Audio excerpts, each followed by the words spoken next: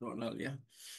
Nah, kita mau lihat ini tentang providence tidak pernah gagal. Ada penekanan-penekanan di sini.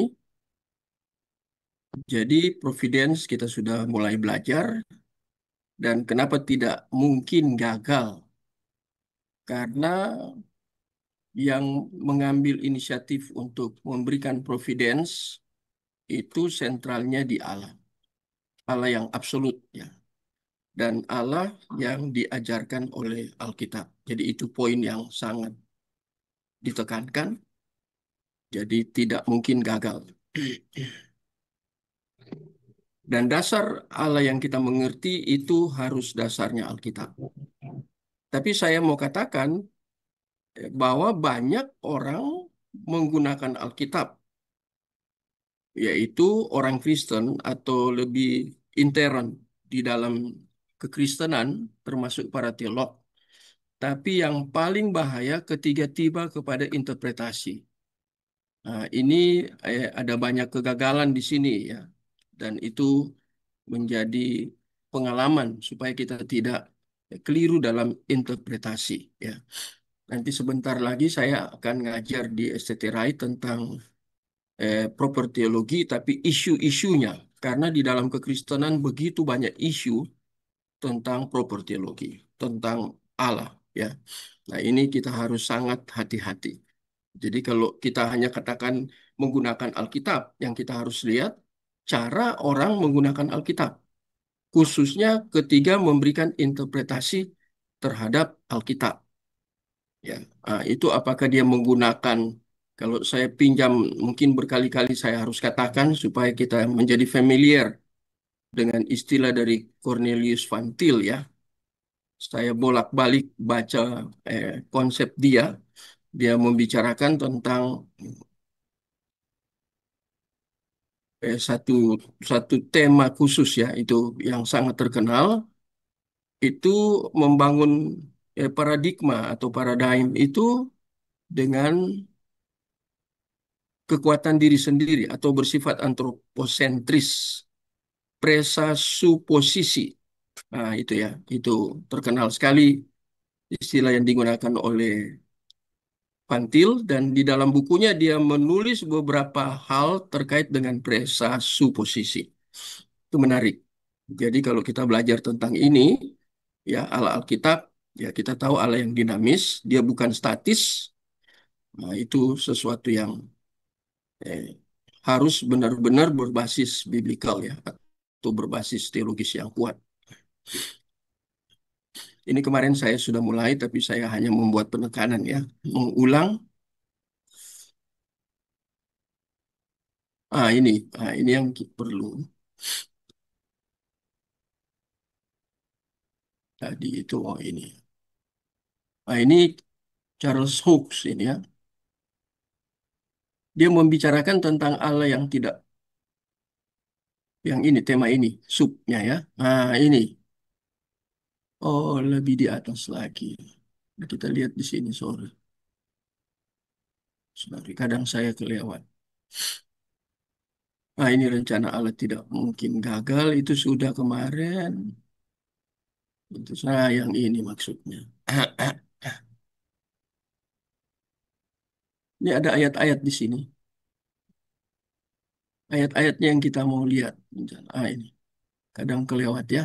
Ini betul Charles Schulz. Ya.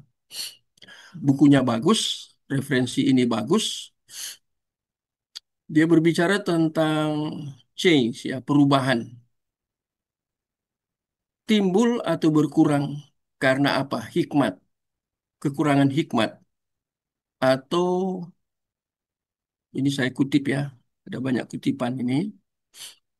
Oaks katakan itu kekurangan kuasa. Jadi ada dua di situ. Itu satu hokma. Kalau dalam bahasa Ibrani, kalau dalam bahasa Yunani itu Sophia. Ini hikmat. Nah, kalau kekurangan kuasa itu kan dunamis. Ya, dunamis. Jadi mengapa terjadi perubahan? Maksudnya ini kalau sampai Allah itu berubah berarti dia tidak memiliki hikmat. atau bisa disebut dia kekurangan hikmat. Padahal Allah itu absolut, dia sempurna, ya, sempurna di dalam keabsolutan. Jadi tidak mungkin dia kekurangan kokma tadi atau sofia atau kekurangan yang disebut eh, Roh Kudus itu dikaitkan dengan kuasa itu kan, itu terkait memang dengan pribadi yang ketiga, tapi itu disebut dunamis, ya, dunamis. Itu bahasa Yunani ya, itu power, ya. Nah, ini hoax berbicara ini. Mengapa? Ini alasannya karena Allah itu tidak terbatas. Ya, dia ya karena tidak ada limit di dalam dia. Makanya dia Allah. Kalau ada batasan, terbatas dia berarti dia bukan Allah. Dia bukan pencipta, dia ciptaan. Ya. Jadi seluruh ciptaan, semua ciptaan pasti terbatas. Ya. Kalau Allah tidak. Nah, tidak terbatas dalam hikmat kuasa ini diulang-ulang oleh Charles ya, Hobbes ini ya. Maka dengan dia tidak bisa ada keadaan darurat. Nanti kita lihat sebentar ya, saya mungkin malam ini kita akan lihat tuh ya, itu bisa kita sebut dalam tanda kutip darurat ya. Ungkapan Allah menyesal ya. Saya memang membaca dari rekan yang menuliskan skripsi ungkapan Allah menyesal ya. Saya masih ingat dia orang Sangir Talaut ya, kakak tingkat, dan dia buat skripsi temanya ungkapan Allah menyesal. Itu terkait ketika Allah berkata menyesal, apakah dia berubah? Ya, Allah berubah karena dia menyesal. Dia sudah eh, memutuskan untuk menghukum, tiba-tiba tidak jadi. Umpamanya seperti itu. Nah, Allah bisa berubah. Berarti ada Allah tidak konsisten. Waktu dia katakan menyesal itu bukan dengan hikmat, bukan dengan kuasa. Itu memperlihatkan dia terbatas. Nah, nanti kita akan bahas itu malam ini. Itu ada poinnya yang akan kita bahas bersama di situ ya. Jadi bukan dalam keadaan darurat ya. Jadi tidak di Charles Hawkes tidak melihat itu ya. Jadi kalau orang tidak terbatas, dia tidak terkait dengan situasi, kondisi atau sikon darurat ya. Dan tidak ada kekurangan jalan atau cara, dan tidak ada yang bisa menahan atau menolak. Nah, ini sudah terkait dengan yang di providensia itu tidak bisa menolak, tidak bisa menahan. Nah, itu ya pelaksanaan maksud semula Allah. Kalau kata semula ini ya beginning ini terkait dengan maksud Allah di dalam kekekalan. Itu penting sekali ya. Nah, ini bukunya ya, Systematic Theology dari Charles Fox itu volume 1. Lihat tuh halamannya ya, 538 sampai 539. Ya, ini buku-buku bagus tapi memang dalam bahasa Inggris ya. Nah, sekarang kita lihat apa yang dikatakan oleh seorang scholar yaitu John Owen. Ya, dia katakan apapun yang telah Allah tentukan, ya ditentukan sebelumnya ya, sebelumnya. Artinya sebelum sesuatu itu kita pahami seperti kata atau ditulis oleh Alkitab. Dia sebelumnya dia sudah melakukan sesuatu, yaitu menentukan. Nah, apa? Dia menentukan sama ya ini. Kita lihat ada konsistensi di sini antara para pakar. Walaupun mereka berbeda waktunya ya. Mereka hidup berbeda waktu, tapi lihat ada konsistensi ya, yaitu terkait lagi dengan kokma atau sofia dan kuasa kehendaknya. Nah, itu power itu ya. Untuk terjadi. Tujuannya untuk apa ini? Doksa ya, memuji kemuliaannya. Kemuliaan dalam bahasa Yunani kan doksa. Dalam bahasa Ibrani kabod, ya, sesuatu yang agung. Yang agung bukan menurut ukuran manusia, bukan menurut di dalam waktu kontemporer. Ya, tapi kemuliaan ini kemuliaan absolut, ya, doksa ini sesuatu yang berharga.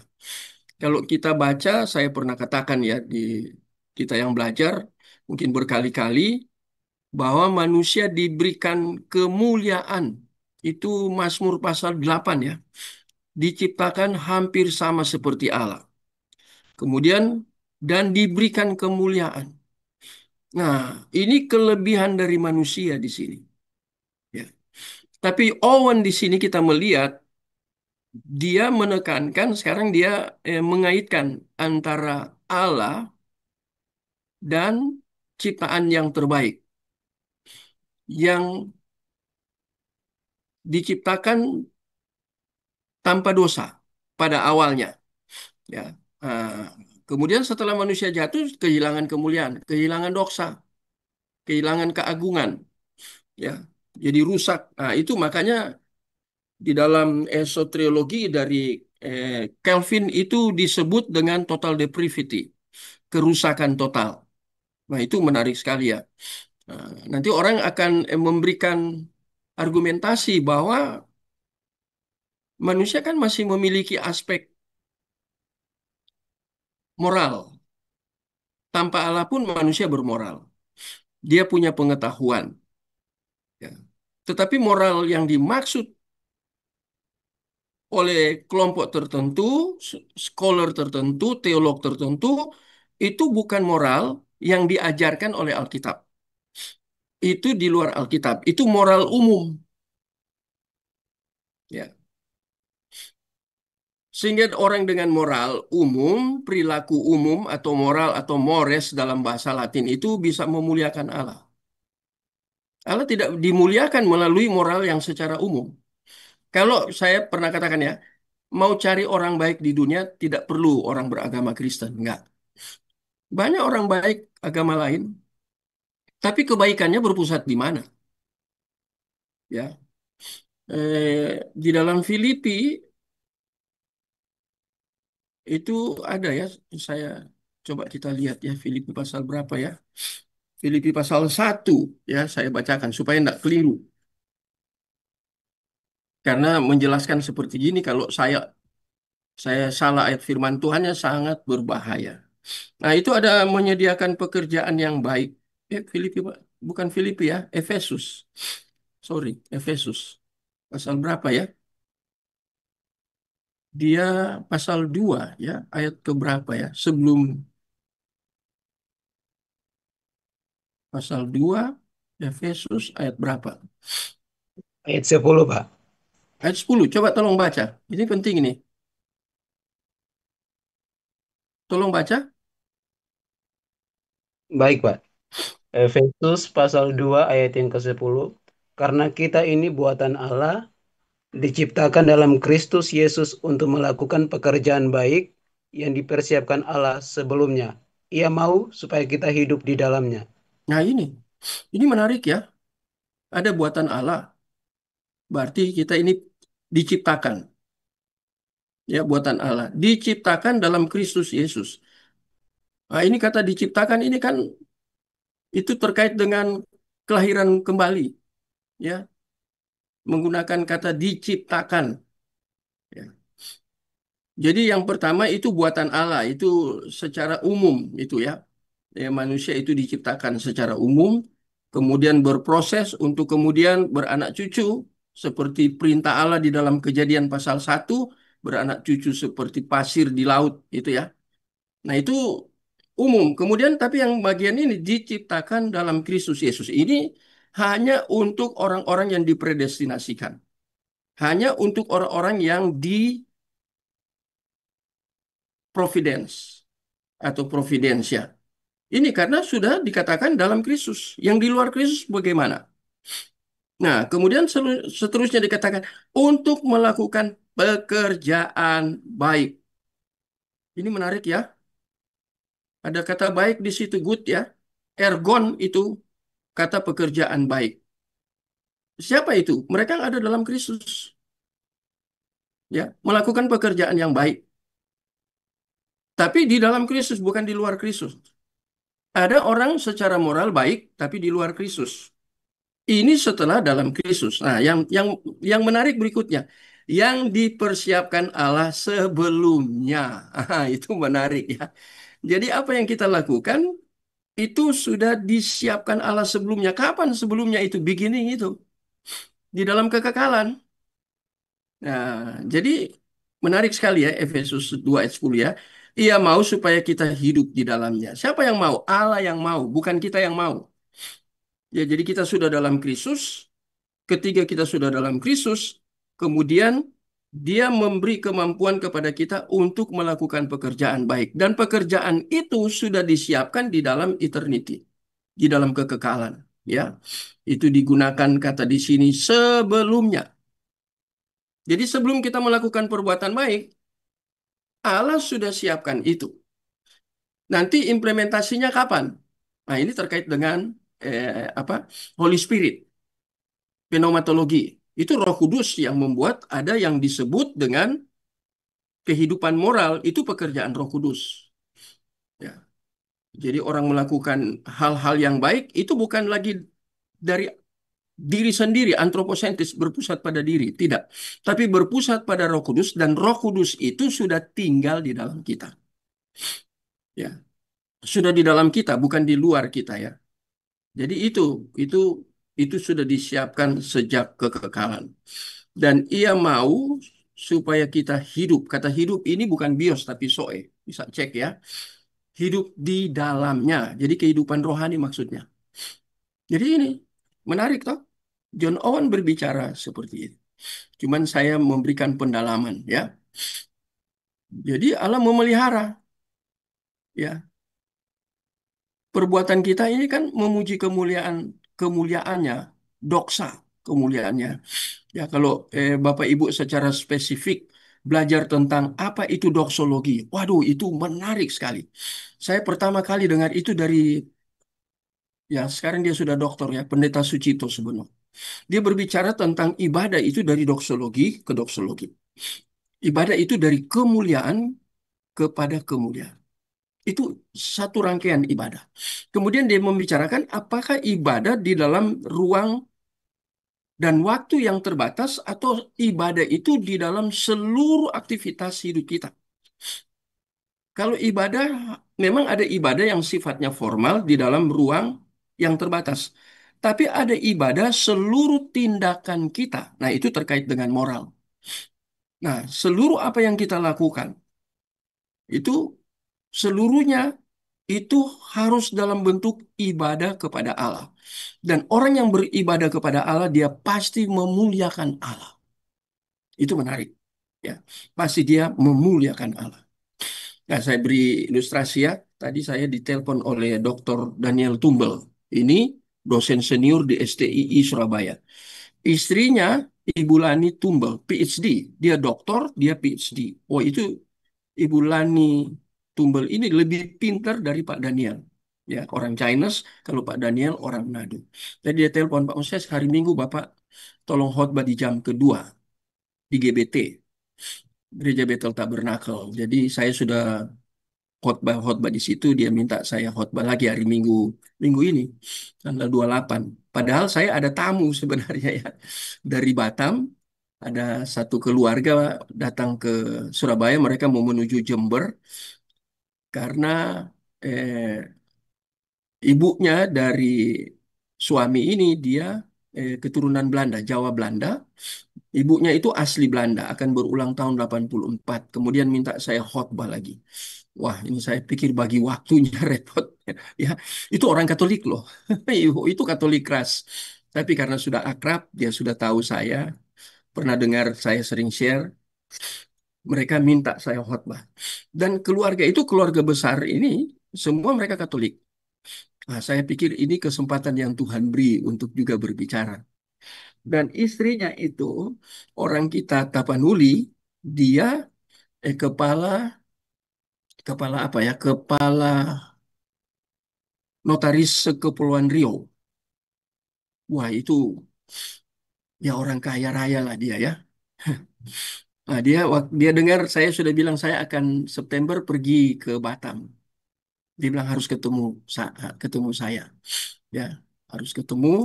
Nanti saya mau ajak dia untuk eh, ke STT Rai Batam waktu wisuda. Saya berusaha, saya sudah minta Pak Reva untuk menyiapkan beberapa undangan. Yang saya akan undang itu pengusaha-pengusaha yang ada di Batam. Mereka cukup akrab dengan saya, termasuk keluarga ini.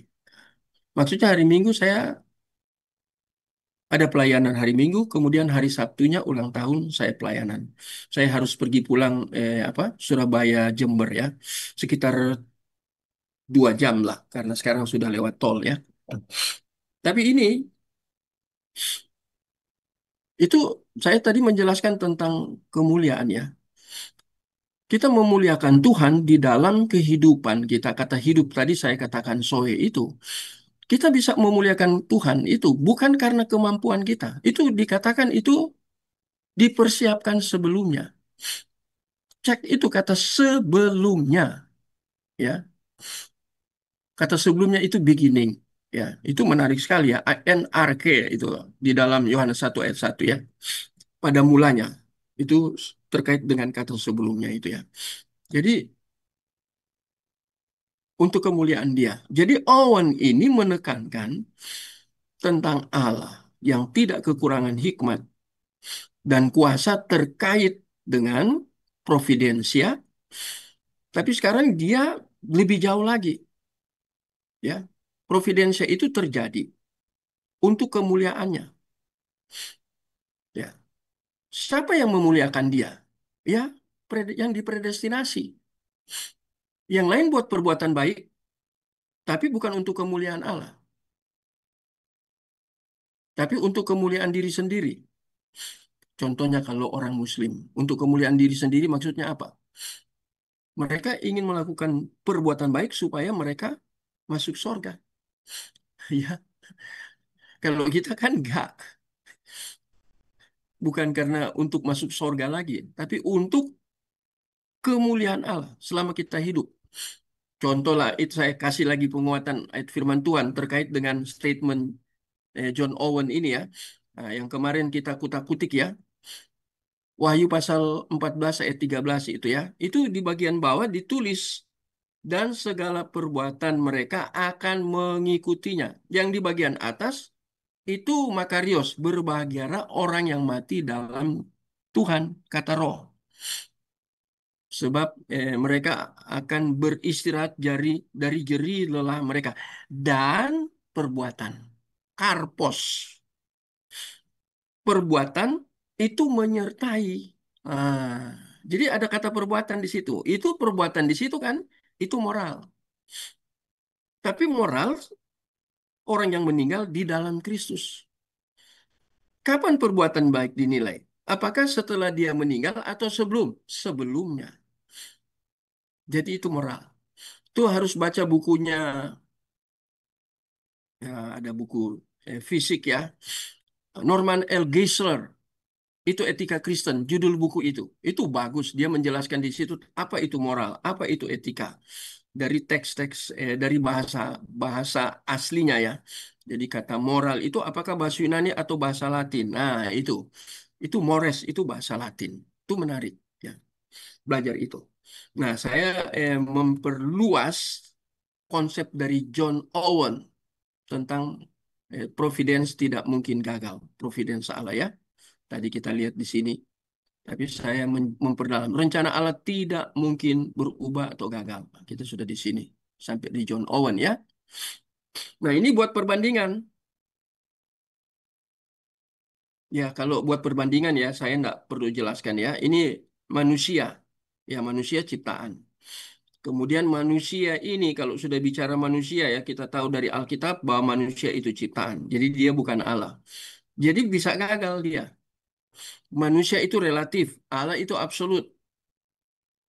Ya, jadi bisa gagal karena kerelatifan. Kalau kita bicara itu, jadi diperbandingkan antara Allah dan manusia, ya pasti berbeda.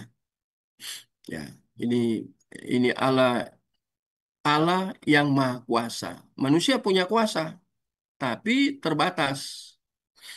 Ya, punya kuasa tapi terbatas. Ya, dalam lingkup tertentu.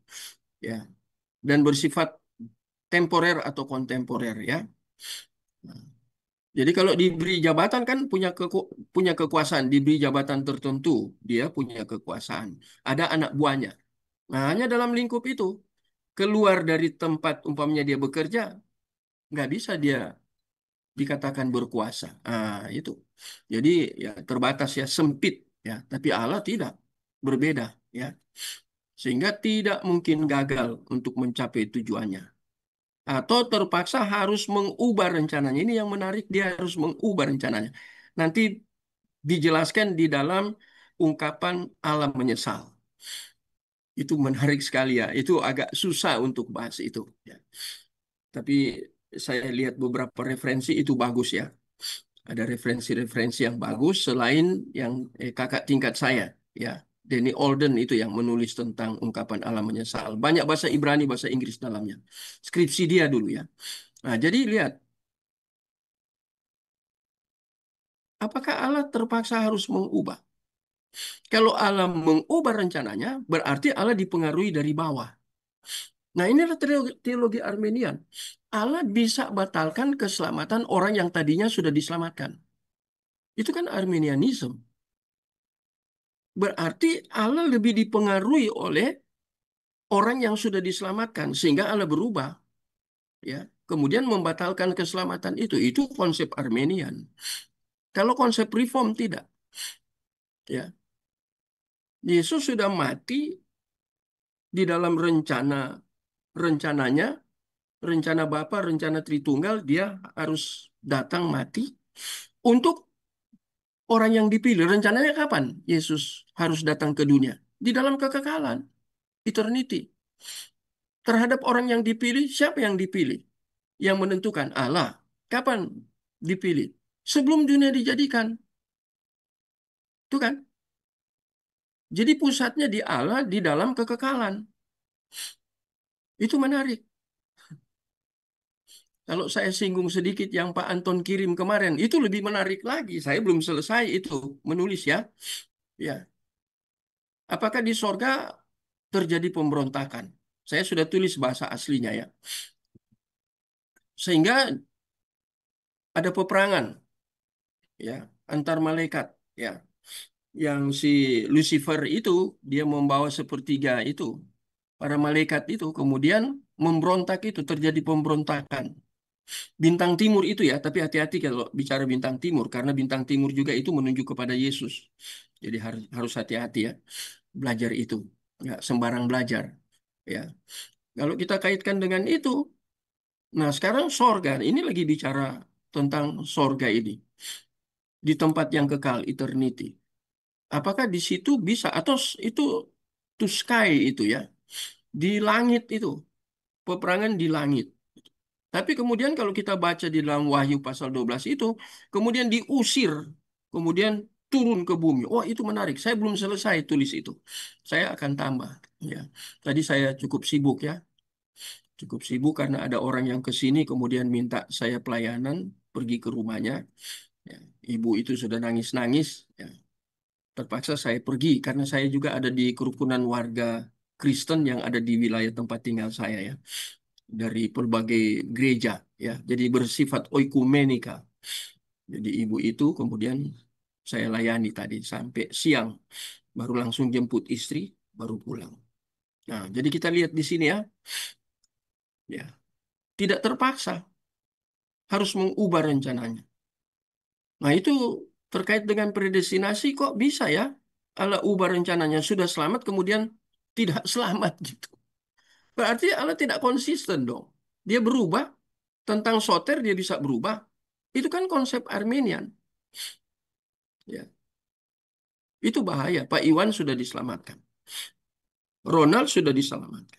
Kemudian Allah kemudian berubah. Berarti kalau Allah berubah, itu yang bisa membuat Allah berubah apa? Itu pribadi yang berdosa, yang sudah diselamatkan berdosa. Dia bisa mengaruhi Allah. Bisakah Allah dipengaruhi? Tadi Pak Daniel berikan tema. Temanya Pak tentang dampak dari keintiman dengan Allah. Oh, saya di otak saya sudah ada bahasa Yunaninya. Keintiman itu kan, saya sudah pelajari ya tentang masalah keintiman dalam bahasa Yunani. Oh, langsung konteks. Orang kalau sudah intim dengan Allah, dekat dengan Allah, apakah orang itu pengaruhi Allah atau Allah pengaruhi orang yang dekat dengan Allah. Apa saja pengaruhnya? Nah, itu menarik itu. Ya, saya belajar dari beberapa scholar dari Westminster ya, tulisan-tulisan mereka tentang itu ya. Tentang bagaimana orang diselamatkan, diubahkan. Orang itu diubahkan karena Allah mempengaruhi orang itu. Status dia berubah. Ya, orang berdosa menjadi orang yang diselamatkan. Orang yang kotor menjadi orang yang suci, yang kudus, kados ya. Nah itu kan berubah, itu perubahan. Apakah dia berubah dengan kemampuan diri sendiri? Enggak. Itu karya Roh Kudus perubahan itu terjadi. Dan itu kata berubah itu terjadi secara presentif, terus-menerus. Nah, bagaimana kalau seperti konsep Armenian yang kita lihat di sini ya, terpaksa harus ini ada ini kata terpaksa aja negatif. Terpaksa harus mengubah rencananya. Wah, itu kan aneh. Tapi itulah konsep Armenian. Karena mereka melihat keselamatan itu, soteri itu dari bawah, bukan dari atas. Kalau teologi reform kan dari atas, kedaulatan Allah itu. The sovereignty of God itu yang dilihat. Itu Allah berdaulat, dia sudah selamatkan di dalam kedaulatan dia. Itu Allah tidak bisa digoyahkan sehingga dia berubah. Nggak bisa. Allah itu tetap, dia konsisten.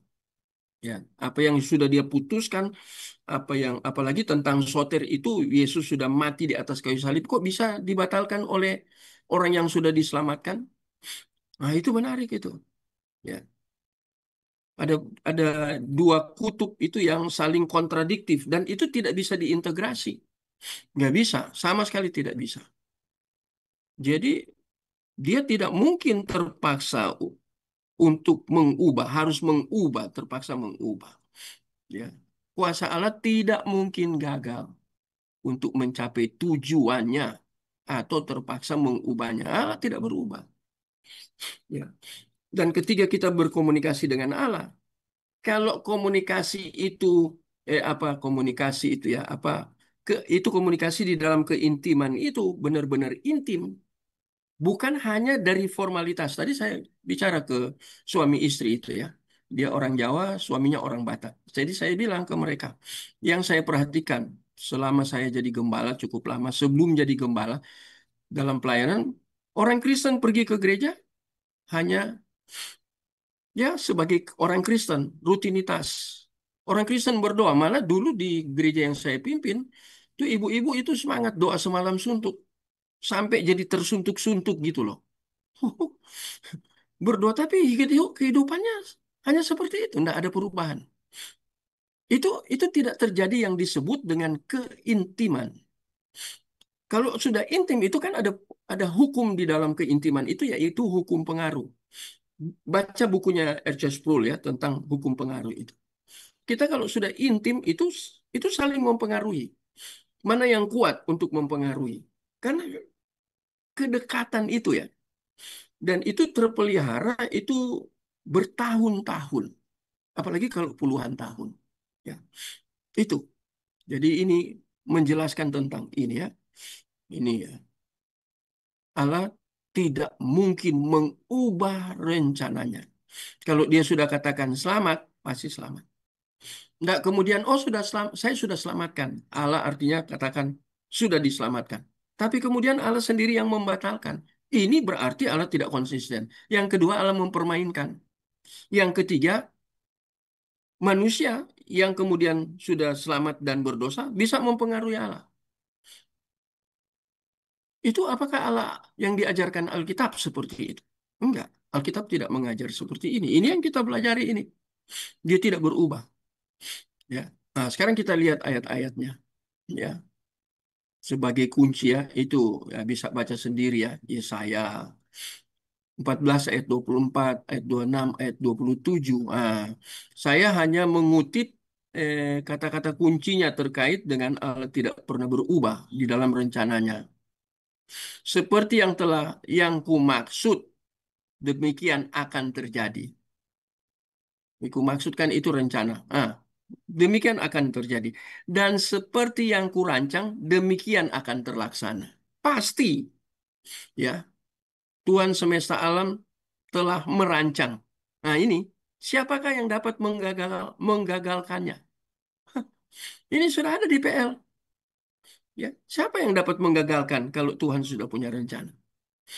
Ya, siapa yang dapat? Siapa yang Nah, ini ya, siapa yang dapat menggagalkan sampai dua kali ya? Tangannya teracung, ya. Siapakah yang membuat membuatnya ditarik kembali? Ini kata teracung ini terkait dengan apa? Eh, God is anger, Allah marah sehingga Allah mengangkat tangan ya. Itu ya, karena dia mau mendisiplinkan tangan teracung.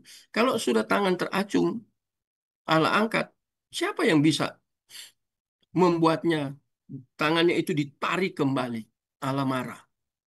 Belajarlah tentang God is anger. Jangan hanya belajar tentang kasih. Banyak orang kan Kristen itu belajar tentang kasih.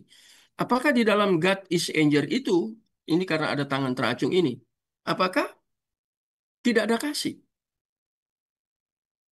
Untuk orang-orang yang sudah dipilih itu, Allah sering membuat disiplin. Dan itu ada buku yang diterbitkan di Momentum, itu judulnya Discipline of Grace. Baca buku itu. Kalau tidak salah T.M. Moore yang tulis. Saya rata-rata buku saya kalau tidak beli di Momentum karena saya MRC eh, member ya. Kemudian beli secara khusus di Saat. Tapi kebanyakan Saat dan Momentum itu penerbit Saat itu mereka kerjasama. Jadi kalau mau cari buku-buku Saat pergi ke Momentum aja. Kebetulan dekat rumah, ya saya lihat, wah ini penerbit dari Saat. Bagus-bagus tulisannya. Itu penulisnya itu scholar yang memang berkualitas ya. Terpilih. Jadi saya lihat. Nah, salah satu itu bukunya tentang God is discipline of grace. Ya, discipline of grace. Allah mendisiplinkan, tangannya teracung. Siapa yang dapat menariknya? Artinya siapa yang dapat mempengaruhi Allah? Kalau dia sudah merencana, apakah orang lain bisa kemudian komplain rencananya, atau dia sendiri membatalkan rencananya? Kalau sampai orang lain bisa komplain dan Allah tunduk kepada komplain, berarti Allah itu bukan Allah, bukan Allah. Ada ada kekuatan di luar dirinya yang melampaui dia, melampaui Allah. Nggak mungkin, itu bukan Allah pasti. Itu Allah di dalam perspektif kita atau Allah di dalam teologi tertentu. Itu bahaya itu. Kebetulan saya siapkan bahan untuk ngajar ya di S2 itu ya tentang isu-isu dalam proper teologi. Itu menarik. Saya mengajar itu nanti ya dalam 8 kali pertemuan ya, tapi satu kali pertemuan 3 jam ya. Jadi kita lihat di sini ya, ini dasar bagian firman Tuhan yang menjadi basis atau dasar yang kuat di sini ya. Saya hanya menuliskan kata-kata kuncinya ya. Bapak Ibu bisa mendalami. Kadang saya menggunakan teks asli ya. Mungkin saya gunakan. Ini nanti di bawah ada teks asli. Nah, sekarang ini Yesaya 25 ayat 1 tertulis apa? Ini kata kunci. Terkait dengan providence. Dengan kesetiaan yang teguh, engkau telah melaksanakan rancanganmu. Ini ada kata setia. Kalau Bapak Ibu selidiki kata setia, khususnya dari PB, ini memang di Yesaya ya. Kata setia dengan kata iman itu persis sama, pistis. Ya, cuman artinya ada penekanan yang berbeda. Tapi secara etimologi dari satu kata. Cek, saya udah cek. Karena saya orang senang dengan eksegesis. Maka saya selalu dengan bahasa asli ya, cek dulu. Saya disiplinkan diri untuk selalu seperti itu. Walaupun saya tahu untuk melakukan itu harus sangat hati-hati, harus sangat teliti, ya, dan itu harus berulang-ulang diteliti supaya tidak salah. Itu orangnya saya. Sehingga lihat satu kata saya jelaskan supaya apa ya, kita memiliki memori yang tidak keliru, ingatan yang tidak keliru terhadap teks-teks ya. Nah itu. Nanti kalau Bapak Ibu makin belajar kritik teks, itu menarik ya, kritik teks. Ya, saya sudah belajar itu di Yunani 4 kritik teks ya. Dan kita lihat di sini ini ayat ya, dalam terkait providensial. Dia setia, setia dia terikat. Kalau ini kesetiaan ini harus dikaitkan dengan apa?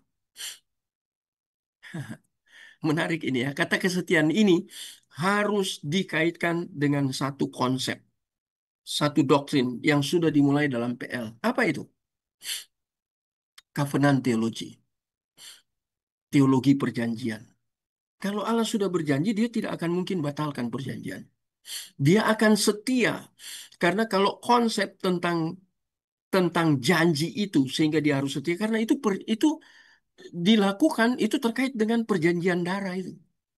Dan darah itu simbol dari darah Kristus.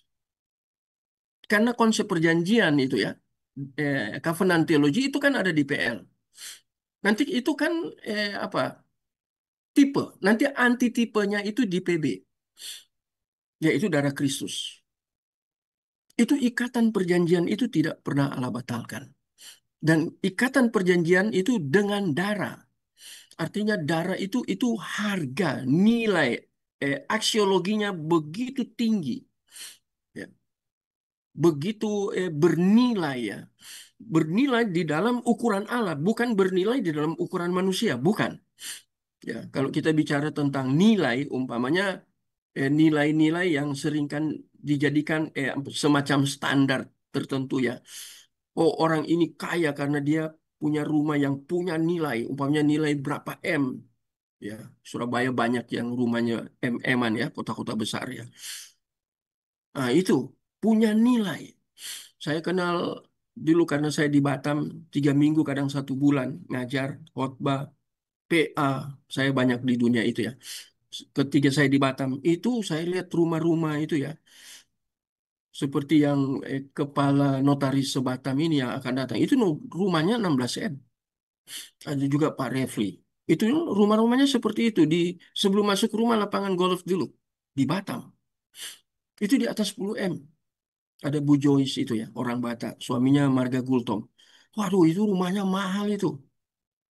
Itu kan nilai-nilai manusia. Kadang kan kita memberikan nilai kepada seseorang karena kita punya apa ya standar yang menjadi ukuran dan kita menilai orang itu berdasarkan standar.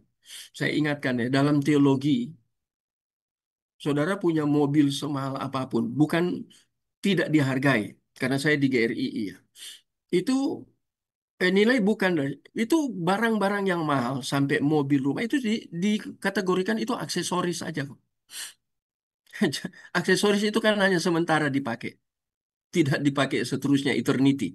Sehingga itu disebut oleh beberapa hamba Tuhan yang ada di GRI itu aksesoris. Aksesoris perlu ya. Tapi kadang orang hanya mengukur nilai seseorang dari aksesoris, lihat dari mobilnya, lihat tempat rumahnya. Saya tinggal di kampung kok ini. Gang 3 ini di Gubeng Plingsingan, masuk gang rumah saya. Motor aja harus didorong dari depan. Mobil nggak bisa masuk. Mobil parkir di luar. Ya, kadang saya parkir di apa nih? Ya, stasiun Gubeng kereta api. Ya. Itu stasiun kota itu ya.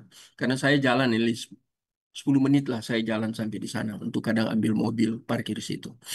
Ya. Jadi kalau orang hanya menilai saya, ya saya orang sederhana banget.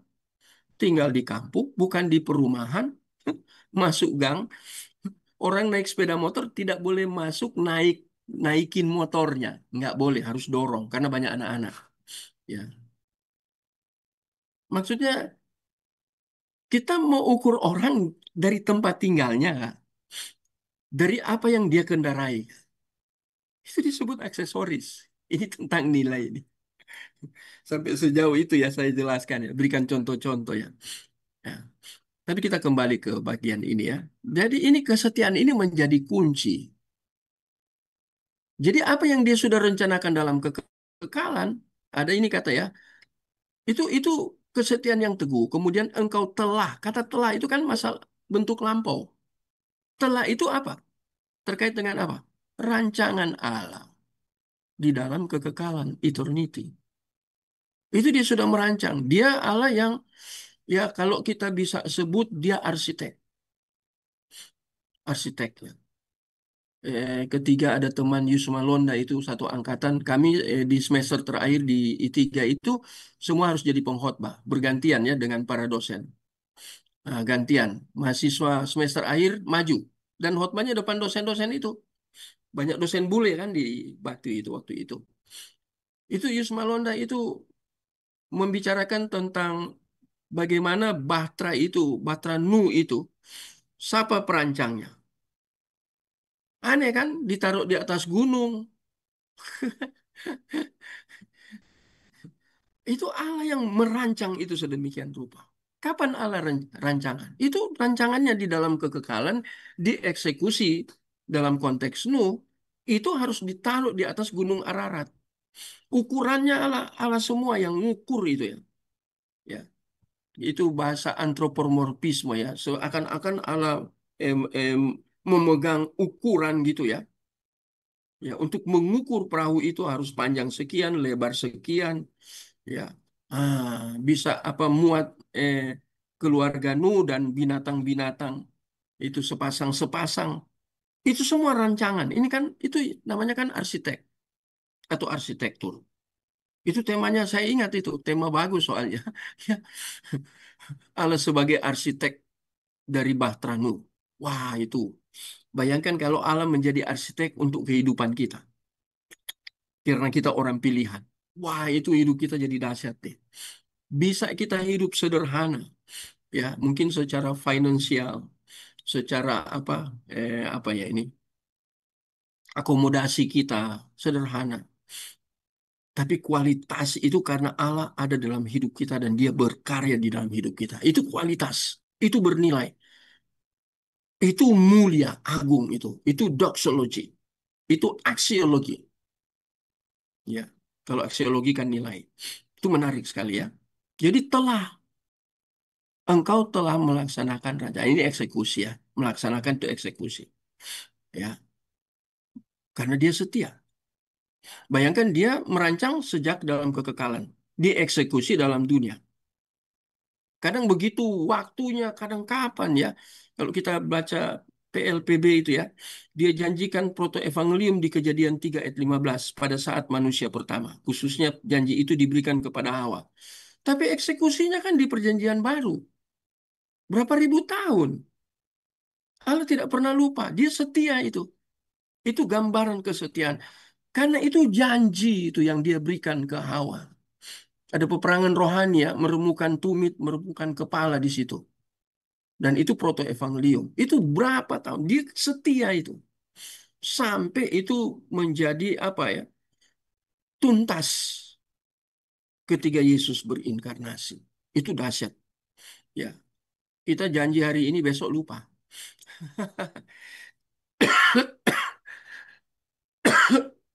Kesetiaan yang relatif. Ya. Nah, sekarang kita lihat Yesaya pasal 36 37 ayat 26 ya. Nah, ini kata telah lagi, telah ku dengar, telah kau dengar. Jadi Allah mendengar bahwa aku telah menentukan, Allah menentukan aku di sini ya, dari jauh hari. Jauh hari itu maksudnya jauh hari dihitung dalam hari-hari tapi nyangkut jauh hari dalam kekekalan, bukan di dalam sejarah, story. Tidak, di luar sejarah. Jauh hari dan telah merancangnya. Nah, ini ya. Merancangnya kapan? Dari zaman purbakala. Apa maksudnya zaman purbakala? Ya, zaman kuno. Kunonya maksudnya apa? Purbakala. Apakah di atas sebelum setelah Allah menciptakan itu di zaman purbakala itu di luar dari masa di mana manusia mulai hidup mulai dari Adam. Itu menarik. Ya.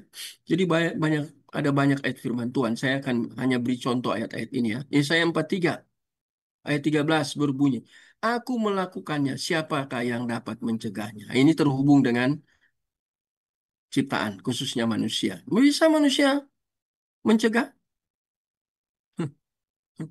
Kalau Allah mau eksekusi, bisa dicegah? Oh ya, nggak bisa. Itu pasti terlaksana. Nggak bisa. Yesus harus datang, itu di dalam Galatia ya. Genap waktunya, kairos waktunya, waktu kairos, waktu Allah. Dia harus datang. Waktu orang Israel di dalam situasi apa? Dikuasai oleh Romawi. Yesus harus datang. Nggak, Allah, kalau gitu bahaya ini Romawi kan menjajah Israel, apa orang Yahudi, ya. Jadi tunda aja Yesus datang. Enggak peduli. Harus terjadi. Yesus harus berinkarnasi dalam waktu Kairos. Nah, kalau kita lihat waktu Kairos yang sudah Allah tentukan jauh hari di dalam kekekalan itu waktu Kairos itu waktu Herodes itu. Yang ketika Yesus lahir, kemudian diberitahu oleh para majus kan dia punya rencana licik untuk membunuh Yesus. Tapi Yesus datang bukan mati bukan eh, mati dengan cara dibunuh, iya kan? Oleh raja seperti itu, tapi dia mati atas dosa, ya Herodes itu ya waktu itu. Jadi kita lihat di sini. Ini penekanan-penekanan yang saya berikan aja dengan contoh-contoh ya. Jadi dari ayat kita bandingkan ke ayat yang lain ya. Jadi kalau nggak ada contoh juga repot ya. Jadi itu ya. Nanti di bawah lebih ngeri lagi ya. Seluruh bagian firman Tuhan di atas memberikan deskriptif atau gambaran teologis yang kokoh bahwa kedaulatan Allah akan mungkin, tidak mungkin ya, memungkinkan ia untuk mengubah rencananya. Ini kata mengubah ini menjadi penekanan utama. Kalau mengubah berarti dia gagal. Rencana dia di awal gagal, ya. Sehingga dia harus ubah. Nah, tidak seperti itu. Kalau kita manusia main ubah terus ubah. Karena sering salah dievaluasi, ubah lagi. Keliru, keputusannya sudah dibuat, begitu dijalankan ada kelemahan. Direvisi lagi untuk lebih baik, lebih baik. Jadi lebih baiknya itu dalam proses. Kalau Allah tidak kan. Penggenapannya dalam proses. Tapi dia bukan bertambah hari bertambah baik. Enggak, kan seperti itu. Ya, ya mengubahnya di dalam kekekalan itu ya rencananya. Karena perubahan rencananya membuat ia menjadi tergantung. Kalau dia berubah kan, tergantung pada situasi dan kondisi. Nah, kalau sudah tergantung gini berarti tidak berdaulat ya. The sovereign of God itu runtuh, jadi kontradiktif. Jadi lihat ini ya, the providence of God. Kita belajar seperti. Sampai di sini ada yang tanya karena kita mau pindah ke berikut. Kalau tidak ada yang tanya, saya akan teruskan. Silakan. Saya masih flu dan batuk ya, belum hilang. Kalau tidak, saya teruskan ya. Nah, ini providensia terkait dengan pelaksanaan. Ya, eksekusi tidak mungkin gagal. Ini ada penekanan-penekanan ya. Seakan-akan berbeda ya, tapi ada penekanan. Nah, ini the sovereign region of God lagi. Nah, ini berbicara nggak mungkin gagal kedaulatannya. Ya, dan kedaulatan itu di dalam rancangan atau penetapan, penentuan untuk mengeksekusi seluruh apa yang telah dirancangkan olehnya. Dia tidak mungkin berubah. Wah, saya perbesar, sorry, saya tadi kecilkan. Nah, karena dia terikat kepada seluruh janjinya. Tadi covenant ya. Dan di dalam mengeksekusi rencananya, ia sangat konsisten. Sebab jika ia ubah berarti ia memiliki kapasitas ya.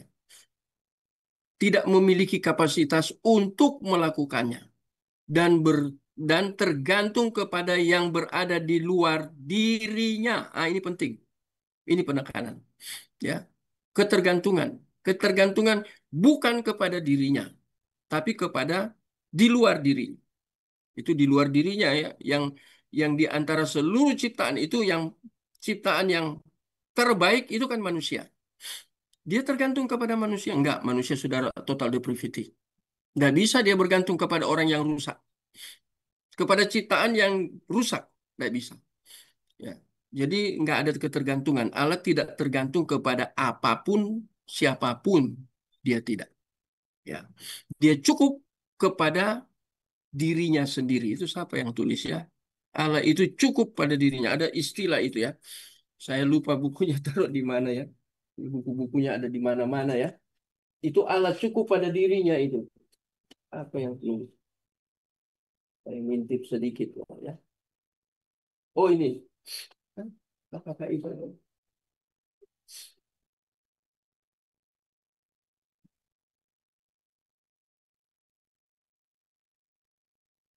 Nah, ini saya tunjukkan bukunya ya.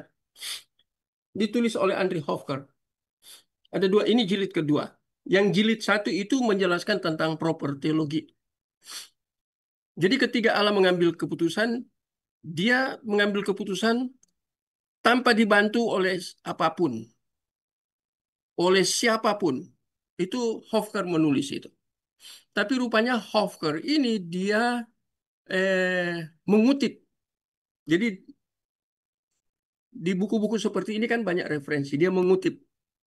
Saya lupa dia mengutip dari siapa ya.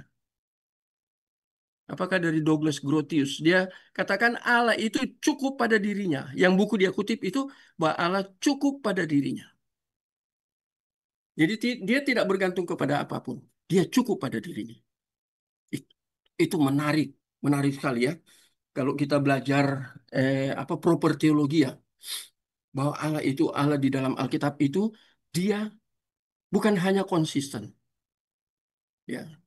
Ketika dia mengambil keputusan, dia merancang. Itu dia tidak perlu bantuan dari siapapun. Karena dia cukup pada dirinya. Kita kan kadang-kadang ya kita harus dibantu ya. Nggak bisa kerja sendiri.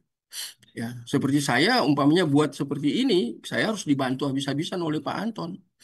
Ya, menyiapkan materi ini kemudian ya membuat segala sesuatu kemudian baru itu kan dirancang sedemikian rupa. Saya bukan ahlinya. Jadi ya Pak Anton bantu, sangat membantu. Itu ya puji Tuhan. Ya, jadi kita perlu saling bantu kan. Nah, jadi dia tidak tergantung kepada yang berada di luar dirinya. Nggak akan bergantung. Dia bergantung kepada dirinya sendiri. Makanya itu konsep proper teologi. Allah di dalam Alkitab itu Allah cukup kepada dirinya sendiri. Dia punya kemampuan. Semuanya kemampuan datang dari dirinya. Sentralnya yaitu pribadinya itu. Ya, eksistensinya. Ya, itu keberadaan dia sebagai Allah. Ini menarik sekali ya. Jadi ya, tidak mungkin gagal. Ya, karena dia tergantung pada dirinya. Nah, terus. Nah, sekarang kita lihat ini basis kitab suci. Cukup banyak. Hanya tiga ya. Tiga apa empat? Tiga. Nanti kita lihat lagi Charles Fox ini punya pandangan tentang ini. Nah, ini lihat Yesaya 42. Banyak dari Yesaya loh ini. Ini Ayub, sorry, bukan Yesaya. Tapi paling banyak yang kutipan ini dari Yesaya. Ayub ini, 42 ayat 1 dan 2. Nah, ini ada kata-kata kuncinya ya. Engkau sanggup melakukan segala sesuatu. Apapun. Dan tidak ada rencanamu yang gagal. Rencana Allah tidak mungkin. Yesaya 14 ayat 24, 6 dan nah ini tadi ya. Itu saat tadi dikutip lagi ya. Demikianlah yang akan terjadi. Yang ku maksud tadi sudah jelaskan. Nah, ini 46 loncat ke sini. Ayat 10-11.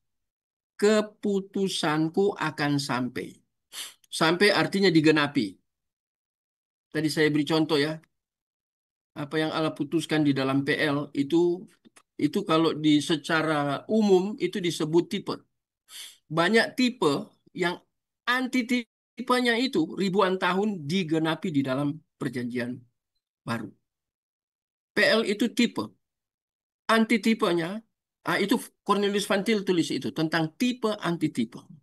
Ada beberapa buku Cornelius di saya pelajari tentang apa itu tipe, apa itu antitipe.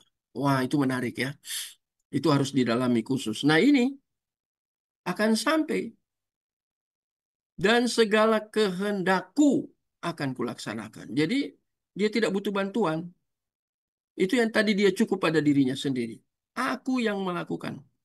Mengeksekusi itu aku. Ya. Nah, ini selanjutnya ya. Aku telah mengatakannya. Jadi Allah mengatakan, ya, maka aku hendak melaksanakan. Jadi apa yang dia katakan, ya, apa yang dia ucapkan itu harus terlaksana. Dia sendiri yang laksanakan itu. Ya, apa yang dia janjikan, dia sendiri melakukan. Nggak perlu bantu orang lain. Dia melibatkan manusia di dalamnya, oke. Tapi dia ada di balik manusia itu. Atau dia ada di dalam apa yang manusia itu lakukan. Ya, aku hendak melaksanakannya. Aku telah merencanakannya, maka aku hendak melaksanakannya. Nah, jadi antara rencana dan eksekusi itu dua hal yang menjadi satu total atau kesatuan, keseluruhan, di mana kita lihat semua berpusat kepada Allah. Tidak berpusat kepada siapapun, berpusat kepada Allah. Mengapa? Kembali lagi harus saya katakan, mengapa tidak berpusat kepada Allah? Berpusat kepada manusia, sorry. Berpusat kepada manusia. Karena manusia relatif. Karena manusia sebelum ditebus oleh Kristus, percaya kepada Kristus, mengalami anugerah, dia mengalami total depravity. Bahkan orang Kristen pun, Allah tidak bisa bergantung ke orang Kristen. Karena masih ada pergumulan kita. Ya, saya pernah menjelaskan tentang agonisomai. Kan kita bisa keliru sebagai seorang Kristen. Siapapun kita, sehebat apapun, bisa keliru. Sehingga Allah tidak bisa bergantung kepada hal yang relatif. Orang yang diselamatkan kan bisa jatuh. Nah, bagaimana kalau Allah bergantung? Nggak bisa. Allah memakai umat pilihan, dilibatkan di dalam field, ya, di dalam apa ya, eh, apa nih ya, itu field itu kan tempat untuk lari itu ya. Dulu saya jadi atlet kan lari di field ya, satu lingkaran itu 400 meter ya, atau 400 lebih sedikit. Itu dalam field itu. Jadi Allah yang eksekusi, ya. Allah yang ladang ladang sudah menguning. Ah, itu ya, Yohanes ya, Yohanes berapa itu? Ya. Eh, itu terkait dengan penginjilan. Ladang sudah menguning. Itu kata Yesus ya. Nah, jadi sudah dipersiapkan lahannya. Tinggal kita masuk ke situ.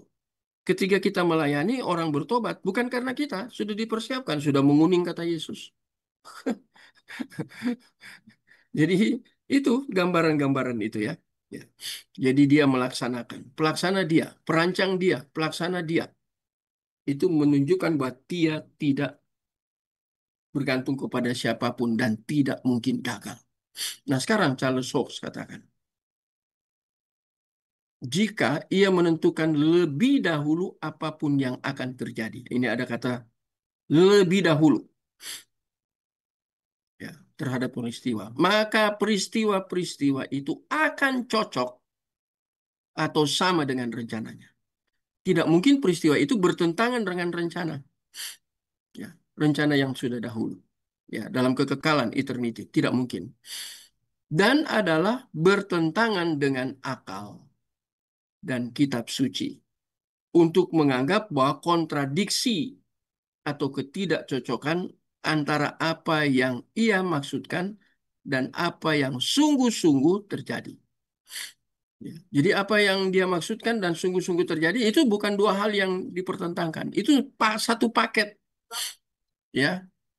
Yang dia maksudkan di dalam rencana itu pasti sungguh-sungguh terjadi. Ya, ini Charles Hawkes ini berbicara tentang itu ya.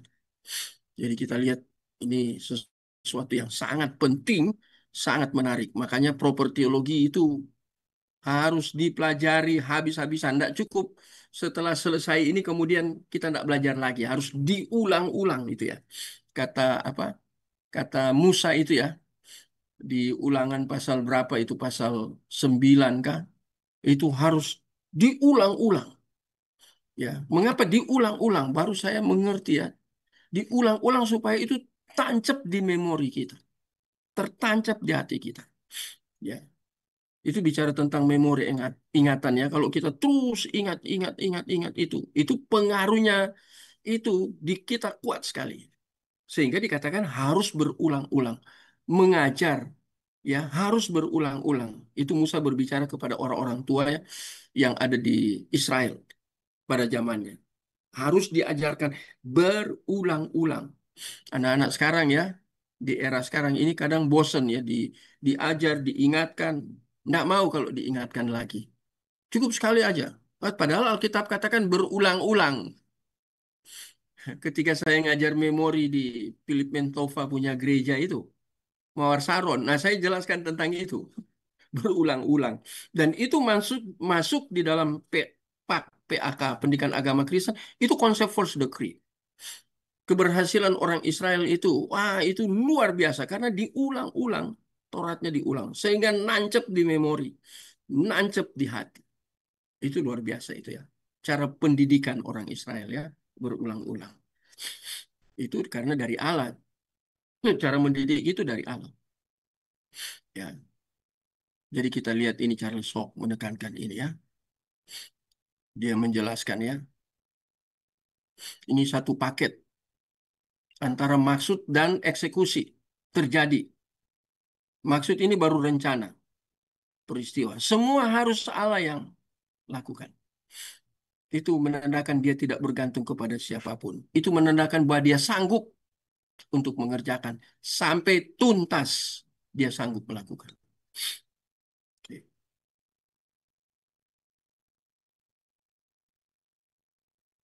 Nah ini ada contoh. Contohnya ya ini. Lihat. Kadang kita membaca apa ya?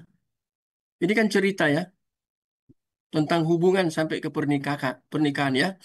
Allah merencanakan agar Ruth dan Boas menikah. Nah, ini tapi dia punya rencana dalam kekekalan kepada dua pribadi ini. Itu sebenarnya nggak mungkin. Tapi nanti lihat, jadi yang tidak mungkin kalau kita lihat nggak mungkin ya. Tapi bisa jadi mungkin karena siapa yang perencana Allah. Nah, dan jauh itu harus ada Ruth dan Boas di situ karena untuk apa? Keturunan menurunkan Yesus Mesias. Ini dari aspek apa? Inkarnasi kemanusiaan dia, ya keturunan ini. Nah, itu kan baca di Matius pasal 1 ya. Itu muncul kata Ruth ya. Nah, ini Ruth dan Boas. Allah melibatkan mereka di dalam rancangannya. Ya. Nanti eksekusinya kan Yesus lahir. Itu menarik. Nah, sekarang lihat bagian ini. Kelihatannya rencana Allah ini sukar terlaksana. Mengapa sukar? Apa alasannya sukar? Kenapa? Karena Ruth itu kan di Moab. Boas itu ada di Yehuda. Jadi menariknya ya, tempat yang terpisah seperti itu. Tapi terpisah seperti itu karena ada dalam rancangan Allah dan itu terkait dengan pribadi Yesus. Faktor kemanusiaan Adam kedua atau Adam akhir, maka itu terlaksana. Allah punya cara untuk proses sampai dia terlaksana, Allah punya cara. Allah melibatkan dua pribadi ini. Ini contoh nih. Tapi contoh ini menarik ya. Tetapi Allah yang dengan kuasa itu mengatur hal itu, akhirnya terjadi juga. Sehingga mereka menikah dan akhirnya menurunkan Yesus. Itu Rut pasal 1 sampai pasal 4. Itu contoh Rut, peristiwa itu. Umpamanya saya beri contoh, Pak Iwan dengan istri. Ya, itu ada dalam rancangan Allah. Ronald kan belum menikah ya. Ya, Allah merancang kita untuk menikah. Dia sudah merancangkan itu di dalam kekekalan. Eksekusinya nanti di dalam dunia ini. Itu yang menarik, ya. Itu lihat melahirkan keturunannya Yesus Mesias. Nah, ini nyangkut lagi ya. Nah, lihat, ini menarik lagi ya. Allah merencanakan bahwa Yesus akan lahir di Bethlehem, kota Bethlehem. Saya sudah pernah ke Bethlehem waktu ke Israel. Bahkan kami tinggal di hotel di Bethlehem. Dan Bethlehem itu sudah menjadi bagian dari Palestina, di mana Presiden Palestina yang sah itu di situ dia, di kota Bethlehem. Jadi kami tidak tinggal di Yerusalem. Yerusalem Bethlehem itu hanya ada tembok ya, ada batasan itu dijaga tentara Israel itu ketat ya, karena itu wilayah Palestina. Bukan Palestina yang ribut sama Israel, itu beda ya. Ini Palestina di bagian Bethlehem. Itu setelah diserahkan dalam sejarah itu oleh si Mata Satu, Moshe Dayan namanya ya, yang serahkan itu. Itu faktor politik itu diserahkan itu ya. Saya pergi ke ke tempat Yesus lahir apa semua ya. Nah, ini kita lihat di sini Bethlehem, kota Bethlehemnya ya. Harus lahir di Bethlehem. Itu sudah dinubuatkan. Mika 5 ayat 1. Eksekusinya terjadinya di laporannya Lukas pasal 2 ayat 1 sampai 7. Kelihatannya rencana Allah bisa gagal. Sebab apa? Maria sudah hamil besar dan pada saat itu ia masih di Nazaret. Tetapi Allah mengaturnya dengan menggerakkan hati kaisar. Allah sekarang kaisar hatinya itu dipegang oleh Allah. Sama seperti Firaun, kadang Allah mengeraskan hatinya, melembutkan hatinya supaya itu Israel bisa lepas ya. Itu Allah seperti dalam tanda kutip kalau kita menggunakan bahasa antropomorfisme, Allah mempermainkan hati Firaun. Kadang dijadikan keras, kadang dijadikan lembut. Oh, keras tidak boleh keluar dari Mesir. Lembut silakan berangkat. Nah, itu kan kita baca itu ya di kitab Keluaran. Nah, ini hati kaisar. Ada lagi contohnya. Ini kaisar kan bukan orang orang apalagi zaman itu belum ada Kristen ya. Bukan orang Yahudi toh. Siapa yang Allah kendalikan hatinya? Contoh yang lain, perbandingan dengan itu. Itu harus baca baca kitab Esra. Esra dan Nehemia. Itu Raja Artasasta itu. Bacalah, baca. Coba baca dua Tawari, ini penting ya. Dua Tawari pasal 36 kalau nggak salah. Nah, coba lihat ya. Ayat-ayat yang terakhir, dua Tawari 36. Nah, Kores, Raja Kores. Bukan tadi saya ngomong siapa itu ya. Ini Raja Kores ya. Coba baca ayat pasal 36 ayat 22 sampai dengan ayat 20 23, Pak. 23. Coba tolong baca. Ini contoh Iya, Pak. konkret ini. 2 Silakan. Tawari 36 ayat 22 sampai 23. Pada tahun pertama zaman Kores, Raja Negeri Persia, Tuhan menggerakkan hati Kores, Raja Persia itu untuk menggenapkan firman yang diucapkan oleh Yeremia, sehingga disiarkan di seluruh kerajaan Kores secara lisan dan tulisan pengumuman ini. Beginilah perintah Kores, Raja Persia. Segala kerajaan di bumi telah dikaruniakan kepadaku oleh Tuhan Allah semesta langit. Ia menugaskan aku untuk mendirikan rumah baginya di Yerusalem yang terletak di Yehuda. Siapa di antara kamu termasuk umatnya, Tuhan Allahnya menyertainya dan biarlah ia berangkat pulang. Nah, ini kan Allah nggak pakai orang Israel loh. Ini kan sudah dua Tawari ya. Jangan Israel Utara lah, ini Israel Selatan. Ya, jadi setelah Babel, Allah serahkan orang Israel kan ke kerajaan Persia, media Persia. Dan ini rajanya ini Tuhan atur dia, hatinya Tuhan gerakan, pikirannya Tuhan gunakan. Bukan orang percaya, tapi Tuhan mengendalikan dia. Untuk siapa? Untuk umat dia. Yaitu untuk kerajaan Israel Selatan untuk kembali kan sudah hancur itu. Apa rumah Tuhan yang dibangun oleh Salomo kan sudah hancur. Nah, sekarang mereka harus kembali. Tuhan pakai Kores loh. Dia menggerakkan. Wah, ini sehingga Kores membuat statement-statement, semua statement dia itu tentang fisik ke depan dari pembangunan orang yang pertama orang Israel Selatan atau orang Yahudi harus kembali ke Yerusalem. Yang kedua harus mendirikan bait suci kembali. Ini Tuhan yang gerakan. Ya, kalau kita pelajari terus, itu ada di dalam Esra, ada di dalam Nehemia, ada di dalam kitab Hagai. Ya, jadi nama-nama ini, ya Esra, Nehemia, Hagai, mereka satu paket mereka ya.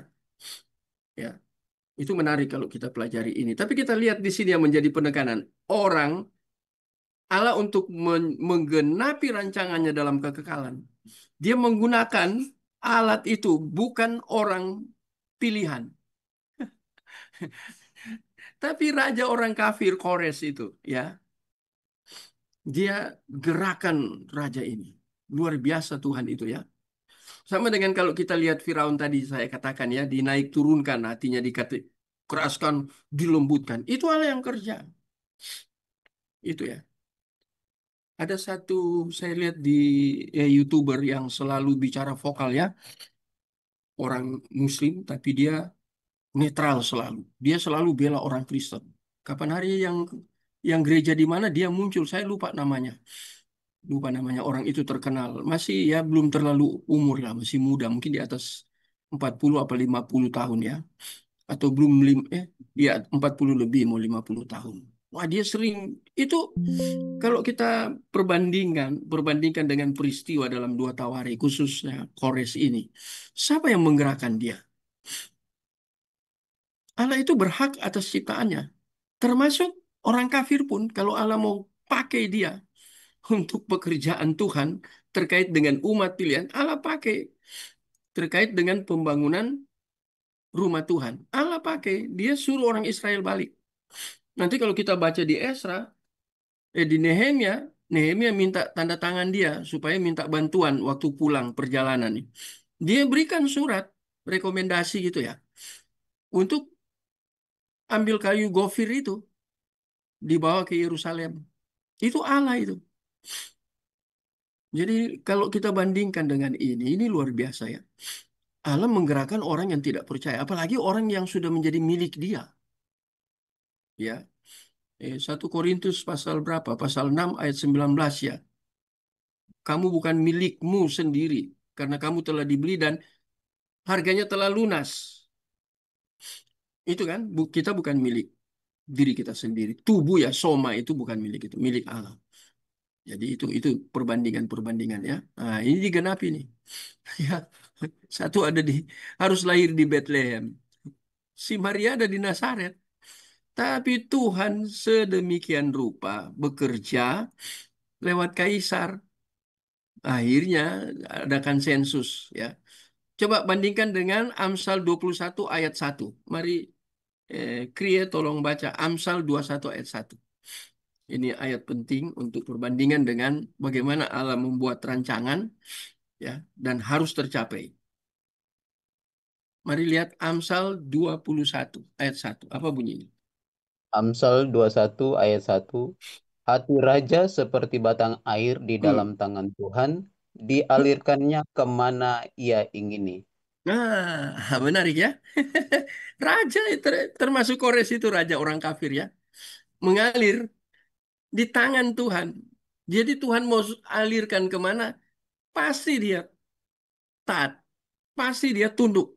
Nggak bisa dia komplain, nggak bisa melawan. Allah pemilik hidupnya, walaupun dia nggak percaya, tapi Allah tetap menjadi pemilik hidupnya. Pemilik dalam pengertian tertentu ya, ya, bukan orang pilihan. Tapi tetap Allah menjadi pemiliknya. Dia pencipta. Itu ciptaan manusia. Nah itu, ya. Hati raja seperti batang air di dalam tangan Tuhan. Tuhannya pakai Yahweh ini ya. Kalau bacanya nggak boleh Yahweh ya, Adonai. Dialirkannya kemana ia ingini. Dia yang kendalikan aliran mau ke arah kemana. Nah itu Kores buktinya. Dia yang kendalikan hati Kores. Menarik sekali ya. Ini pemeliharaan Allah atas rencananya melalui satu raja kafir. Kalau yang tadi kita lihat ya, tadi di Esra itu kan kita harus kaitkan dengan kembalinya itu ya. Dan itu menggenapi apa yang di apa dinubuatkan oleh Yeremia. Yeremia menubuatkan tentang kembalinya orang Israel. Berapa tahun Yeremia nubuat kemudian itu terjadi? Wah, itu menarik. Ya. Nah, jadi ini ya. Nah, sehingga tadi sekarang kembali ke Yusuf ya. Sehingga Yusuf dan Maria terpaksa pergi ke Bethlehem. Dan Yesus lahir di Bethlehem. Sudah direncanakan jauh hari dan digenapi. Digenapi. Ya, ininya luar biasa. Ini yang hebat. Sangat luar biasa ya.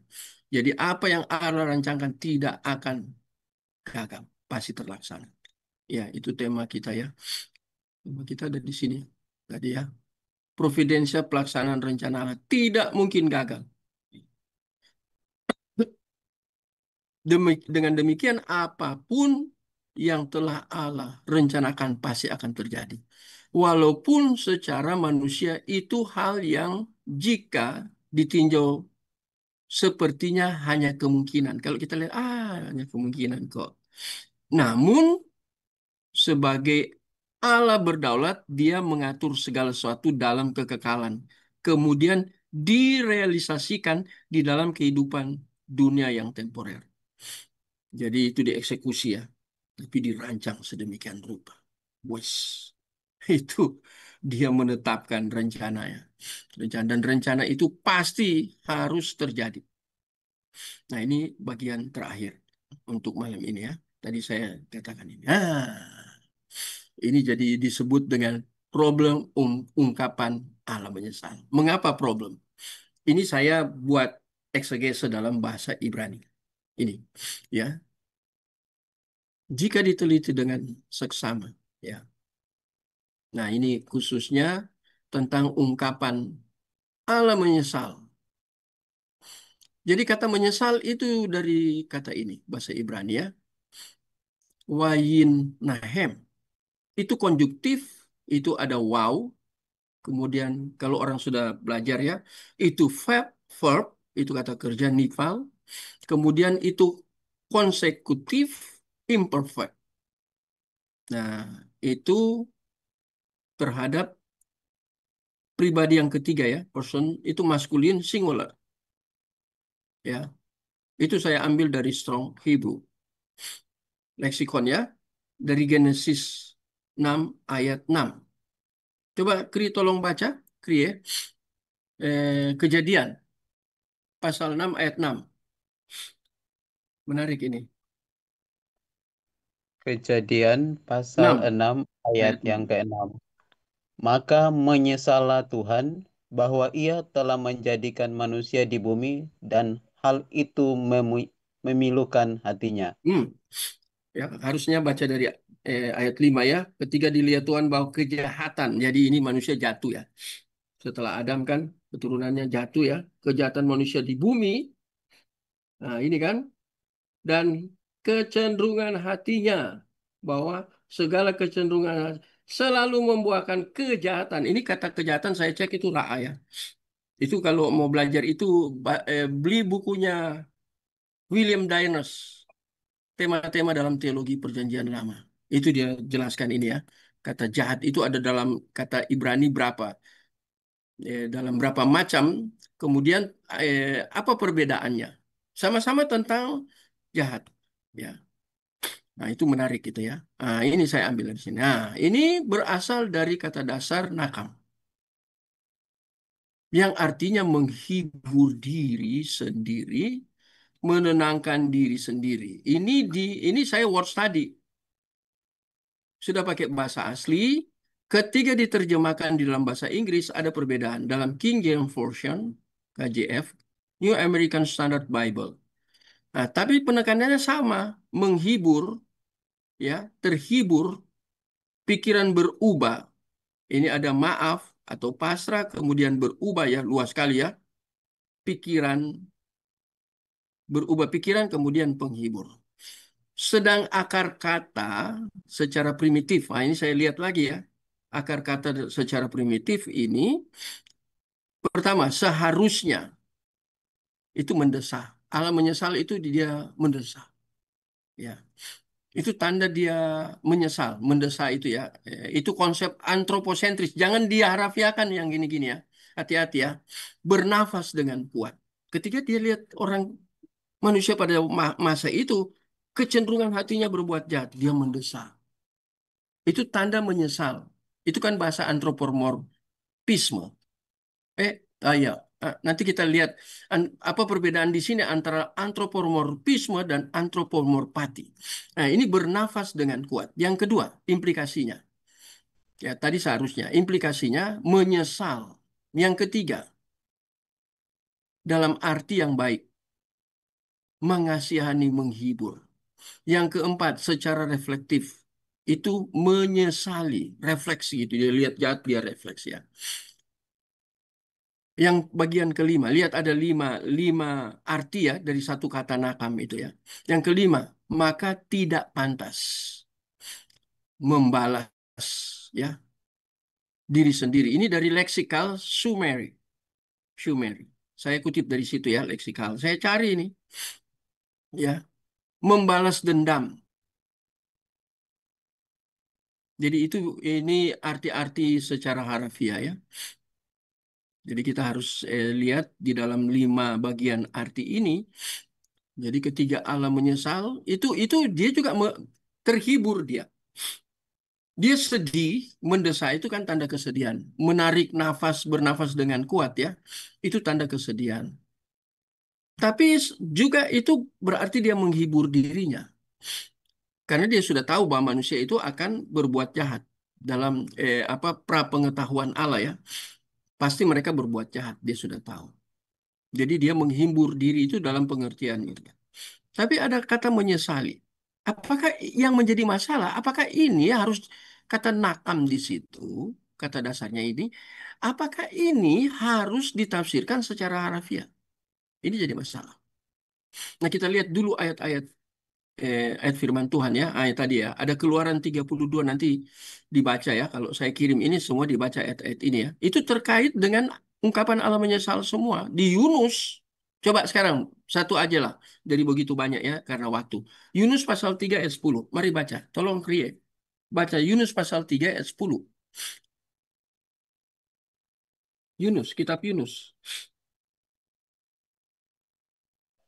Yunus pasal 3 ayat 10. ayat, ayat yang ke-10. Ketika Allah melihat perbuatan mereka itu, yakni bagaimana mereka berbalik dari tingkah lakunya yang jahat, maka menyesallah Allah Nah, karena malapetaka yang telah dirancangkannya terhadap mereka, dan ia pun tidak jadi melakukannya. hmm. Apakah Allah berubah? Ada kata tidak jadi. Allah berubah. Nah, jadi berdasarkan semua ayat di atas, pertanyaan urgen adalah, apakah Allah mengubah? Nah, mengubah rencananya? Jawabannya tidak.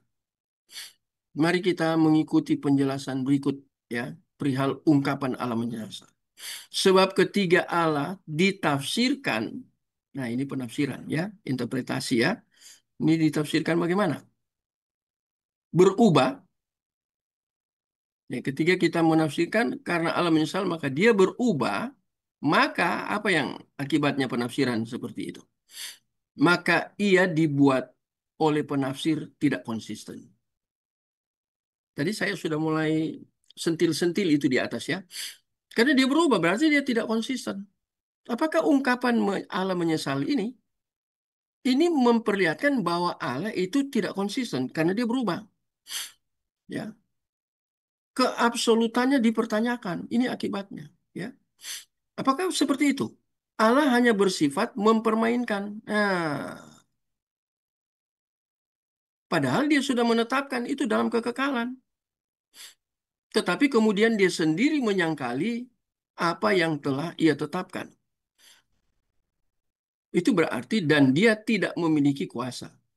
Dia tidak memiliki kedaulatan. Di kedaulatan yang sifatnya permanen. Karena berubah-ubah.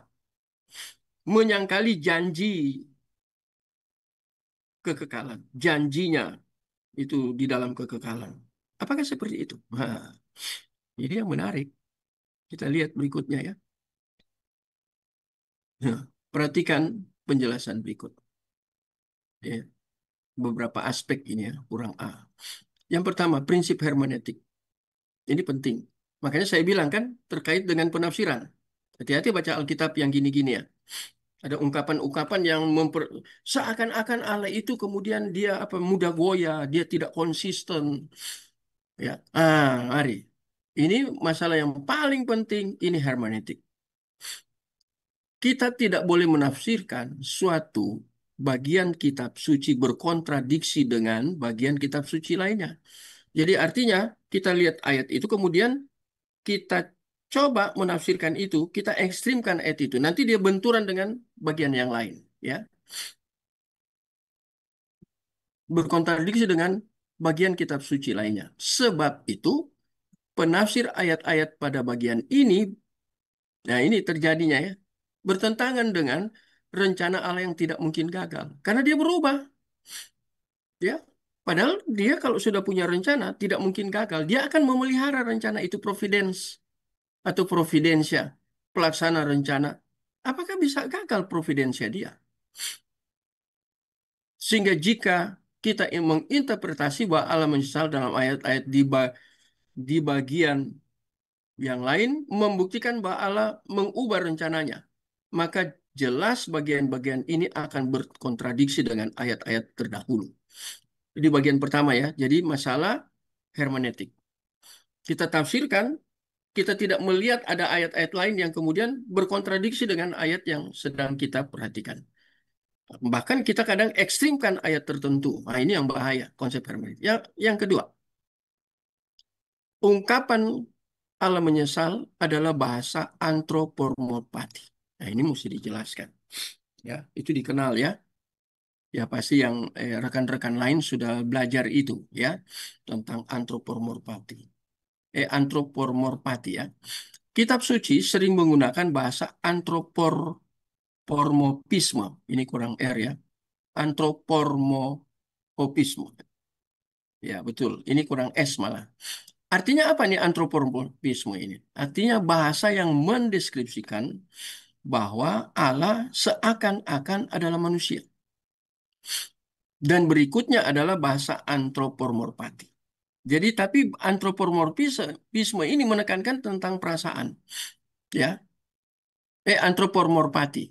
Itu antropomorfisme ya. Sekarang antropomorfati. Antropomorfati itu artinya bahasa yang menggambarkan Allah memiliki perasaan. Menyesalkan itu perasaan, menekankan perasaan. Nanti saudara belajar teologi feminin, feminisme teologi. Apakah itu salah apa benar? Mengapa disebut teologi feminisme? Itu menarik, ya. Saya sudah mengikuti perkuliahan itu, tetapi saya hanya datang sebagai pendengar, bukan mahasiswa. Karena saya dengar pembicaranya dari Amerika, saya datang, ya, dan saya ikuti. Dia menjelaskan begitu panjang lebar. Saya tanya bukunya karena diberi ruang tanya jawab. Saya seperti itu. Di kelas selalu saya tanya, Bapak punya konsep itu, apakah itu konsep yang berasal dari Bapak sendiri, pikiran Bapak? Atau Bapak mengutip dari referensi tertentu? Tolong beritahu bukunya. Kalau bisa kami yang belajar ini bisa memiliki buku itu. Dari sumber. Nah, saya selalu gitu. Sehingga itu membuat banyak beli buku ya. Karena orang ini dia memberikan statement, kok statementnya bagus. Itu dari pikiran dia sendiri atau itu berdasarkan referensi. Nah, itu yang kita perlu seperti itu ya. Kalau mau jadi orang yang berkualitas ya, kritis tapi bukan kritis ngawur, ya, kritis pada tempatnya ya. Nah, kita seperti itu. Nah, saya teruskan ya. Jadi ini antropomorfati ini menekankan tentang seakan-akan Allah punya perasaan manusia, termasuk dalamnya ungkapan Allah menyesal. Ketiga kitab suci menggunakan bahasa antropomorfisme, ini kurang S, maka tidak boleh ditafsirkan secara harafiah. Misalnya tangan Allah tidak kurang panjang, itu kan Yesaya. Ya, tangan Allah tidak kurang panjang. Wah, ada ketika saya ikuti satu kegiatan di GRII Andika, ya. Itu itu kegiatan itu untuk para hamba Tuhan dari garis depan. Mereka datang ke Andika dibiayai oleh GRII.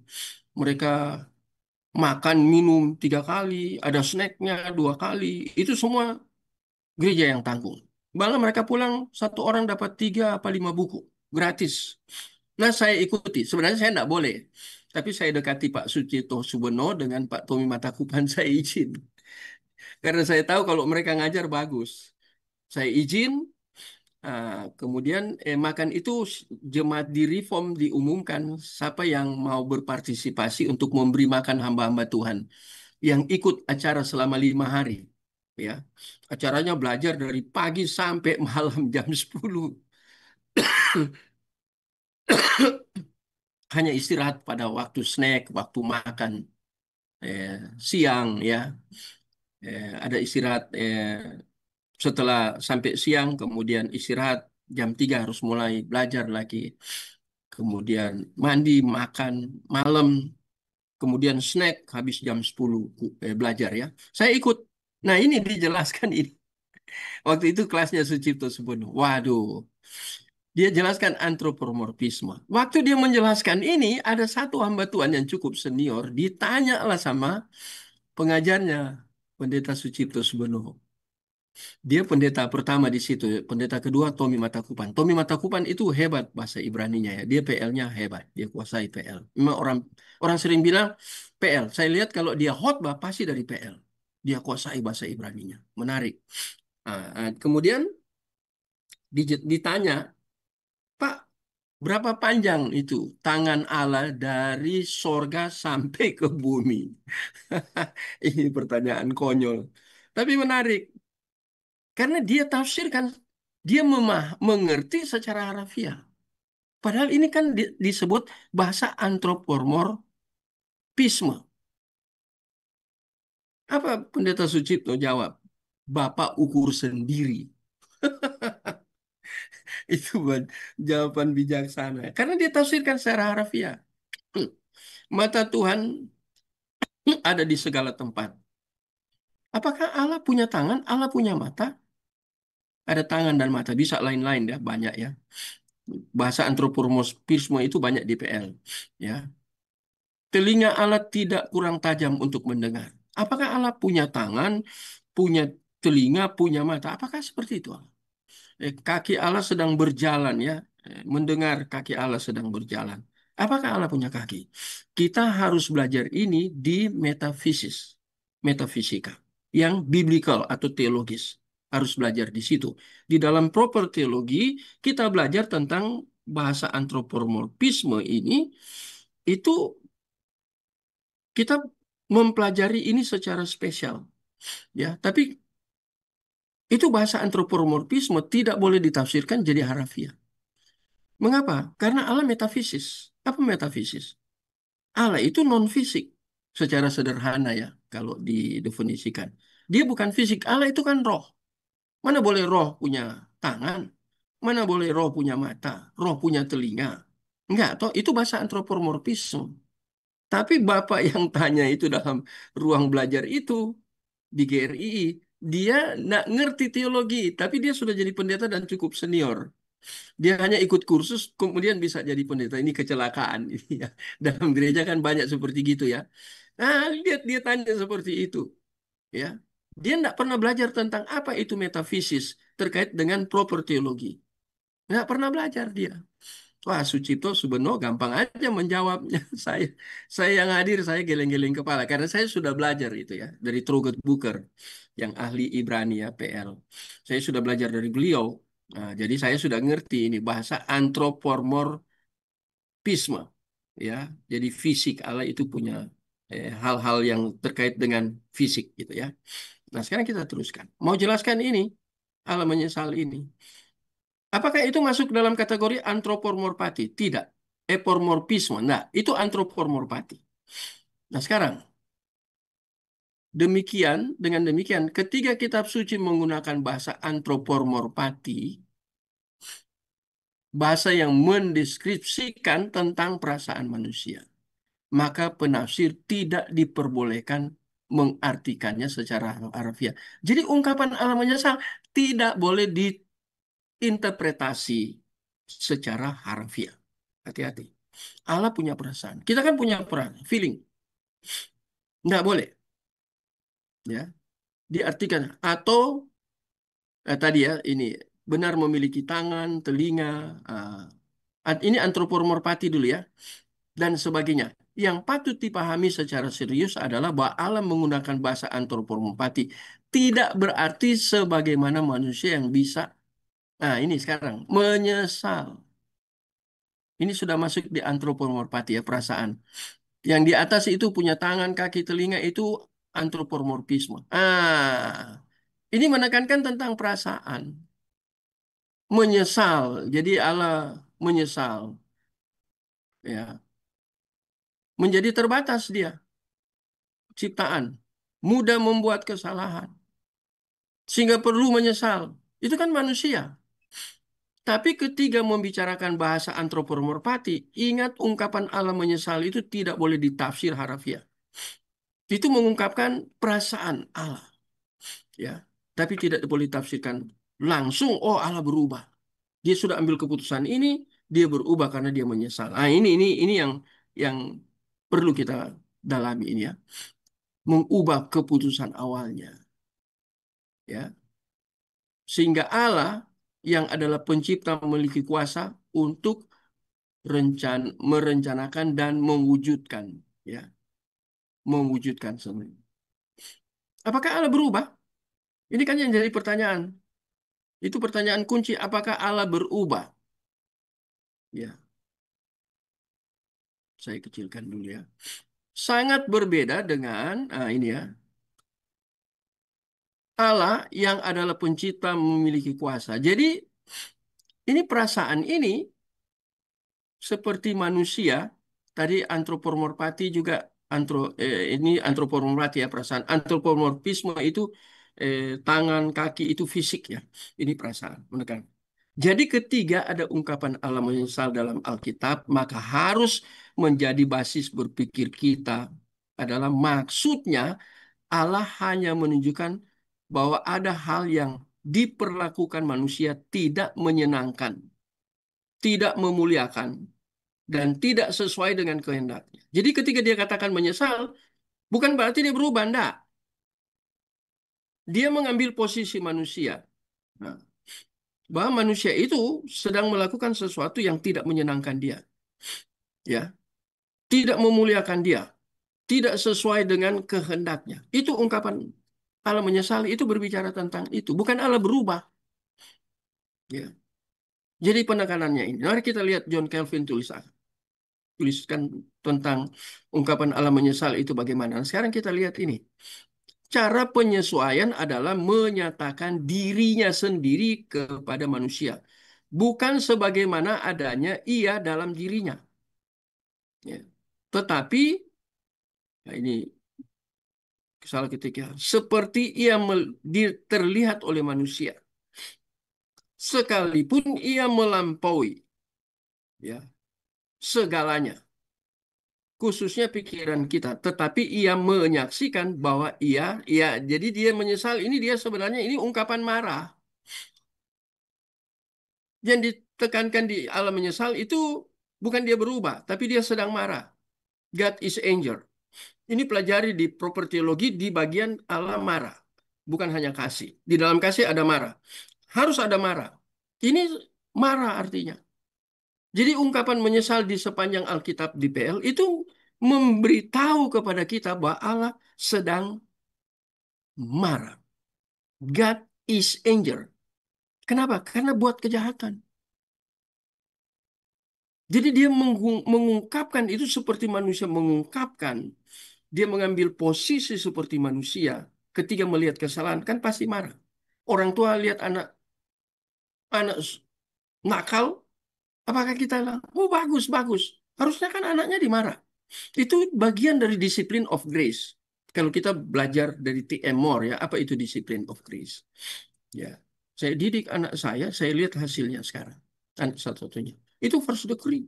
Kami berdua. Sekarang anak saya bagus, kerjanya bagus, dipercaya orang Korea, bosnya percaya sekali.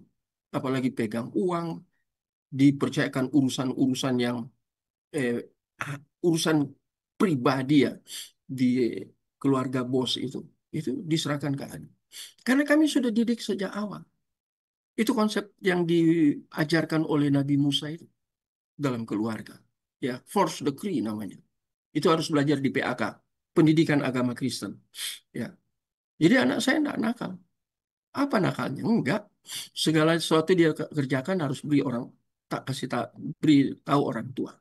Ya, sekarang dia sudah kerja, ya, dia sudah gajiannya sudah cukup.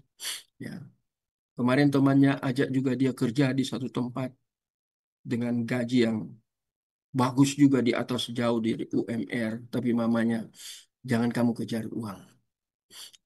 Ya, kamu kerja di sini, kamu belum tentu di sana itu dipercaya seperti yang di sini. Ya, dia tahun lalu 1 tahun 3 kali naik gaji. Tahun ini naik barusan naik gaji. Jadi dia naik, naik, naik terus. Nah, itu anak cewek. Ya, karena kami anak satu-satunya, tapi bukan berarti tidak boleh marah. Marah. Ini ketiga Allah menyesal, itu artinya dia sedang marah. Dan itu ada dalam bahasa antropomorfati, perasaan marah itu ya. Marah itu kan terkait dengan perasaan. Bukan berarti tidak pakai pikiran ya, harus dipikirkan juga ya, tapi lebih dominan perasaan. Jadi ini marah kepada orang berdosa. Dilihat orang berdosa marah dengan cara mengatakan menyesal. Itu ya. Jadi hati-hati menafsirkan.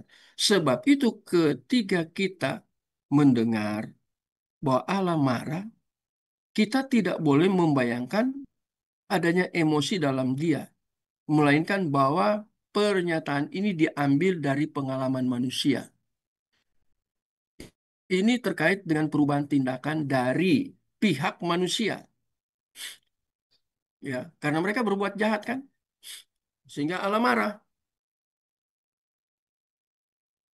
Jadi lihat ya bahasa antropomorfisme ya. Saya mau selesaikan di sini. Yang ketiga, Allah menyesal berarti harus ditinjau dari sudut pandang manusia. Nah, yang tadi ya, dari sudut. Ilustrasinya, ada seorang sutradara yang menyusun naskah untuk sandiwara. Dan ia juga sekaligus menjadi pemain sandiwara tersebut. Dalam sandiwara itu diperlihatkan bahwa ia mau makan. Tetapi tiba-tiba ada telepon, sehingga ia tidak jadi makan karena ada sesuatu yang harus segera dilakukannya. Ini ada hal penting. Dari sudut penonton, nah, jadi sang sutradara itu ya, kalau mau belajar baca tentang drama doktrin itu dari Kevin Van Hooser itu, saya punya buku itu ya, cukup tebal. Penulisnya orang Reform. Kevin Van Hooser, dia Belanda, ya seperti Van Til. Saya baca bukunya. Judul bukunya Drama Doktrin. Jadi itu seperti ditulis dalam bentuk sandiwara. Ini seperti ini maksudnya perbandingan ya. Itu bukunya cukup tebal, ya. Nah sekarang dari sutradara. Nah sekarang dari sudut penonton. Allah kan jadi sutradara di situ, ya. Ini ilustrasi ya. Dia marah di situ karena lihat kejahatan. Nah, sekarang kita dari penonton membaca tulisan itu ya. Ya, penonton. Pemain sandiwara itu berubah pikiran atau rencana, namun ditinjau dari sudut. Nah, ini sudut apa ini? Kalau yang salah ketik ya. Ini naskah ya. Dari sutradara, ia sama sekali tidak berubah. Ah, tadi kan dia berubah karena mau makan tidak jadi gitu ya. Tertunda, dia harus layani telepon. Ya, nggak jadi makan. Nah, sekarang naskah di dalam naskahnya itu sama sekali tidak berubah. Penontonnya kan nggak tahu bahwa tidak ada perubahan dari rencana semula. Karena di dalam naskah sudah direncanakan baginya makan, lalu ada telepon. Sehingga ia mengubah pikiran rencananya pada saat, nah itu ya. Jadi tilt. Sehingga ia mengubah pikiran rencananya. Nah, sekarang pada saat kitab suci itu titik tadi ya, mengatakan bahwa Allah menyesal, maka itu berarti dari sudut pandang manusia, dari kita, bukan Allah ya. Allah menyesal sehingga dia mengubah rencananya. Tetapi sebenarnya tidak ada perubahan karena semua perubahan atau penyesalan sudah direncanakan Allah. Kadang kita melihat firman Tuhan kan, kita menggunakan sisi antroposentris kita untuk interpretasi itu. Kita tidak tahu kebenaran Allah sendiri. Itu Roma pasal 10 ayat 2 dan 3 ya. Orang giat dalam pelayanan, tapi dia tidak mengerti. Mengapa? Karena dia membangun kebenaran diri sendiri, bukan kebenaran Allah. Itu terkait dengan konsep hermeneutika, termasuk di dalam hal-hal yang sulit, ungkapan Allah menyesal. Oh, Allah berubah. Enggak. Itu sudah ada di dalam skenario dia. Dia sebagai sutradara, dia sudah mengerti apa-apa yang akan terjadi ke depan. Dia sudah tahu akan ada telepon, ya. Ditinjau dari attributes of God, the attributes of God, sifat-sifat Allah. Dia sudah tahu. Nah, sekarang kita baca tulisannya, kita menafsirkan dengan cara kita sehingga kita katakan Allah berubah. Ya, ini jadi masalah. Ya, karena kita lagi bahas tentang the providence of God. Allah tidak mungkin gagal, providensinya tidak mungkin gagal. Ya, jadi ada hal-hal seperti ini yang kita perlu pelajari. Nanti kita belajar ya, mengapa di dalam surat Filipi Paulus katakan kejarlah keselamatan. Apakah itu usaha kita untuk kemudian kita mengalami soter, selamat? Karena dikatakan kejarlah. Kadang kita terjebak di kata-kata ini. Hati-hati. Ini penafsirannya. Ada banyak kalau saya tunjukkan ayat-ayat yang kadang di dalam pemikiran penalaran kita itu bisa bisa out of context di dalam hermeneutik. Kejarlah keselamatan. Ini ungkapan Allah menyesal. Nanti saya harus jelaskan itulah, kejarlah keselamatan. Apa karena kita belum selamat? Atau kita sudah selamat? Apa maksudnya kejar keselamatan? Apa itu dengan upaya yang sifatnya berpusat pada diri untuk melakukan satu usaha? Atau apakah kita menjadi pasif? Nah, itu menarik. Nanti itu kita pelajari khusus ya. Jadi malam ini saya banyak berbicara. Ini tinggal 2 menit. Ada yang mau tanya? Saya tutup aja ya, karena tinggal 2 menit. Saya mesti istirahat cukup karena flu ya. Saya minum obat terus ya. Tapi memang kurang istirahat. Jadi istirahat saya harus balance ya, seimbang. Menyiapkan materi 6 ya dengan pelajaran-pelajaran lewat ministry di Daskalia ini jadi 6 pembelajaran. Wah, itu baca buku, ketik ya, semua ya. Jadi itu sehingga untuk apa sembuh ini ya, apalagi flu kuat batuk. Sudah minggu kemarin kan Bapak dan kalau ada Ibu kan sudah mengerti saya sudah flu. Sekarang belum sehat. Ada yang mau tanya?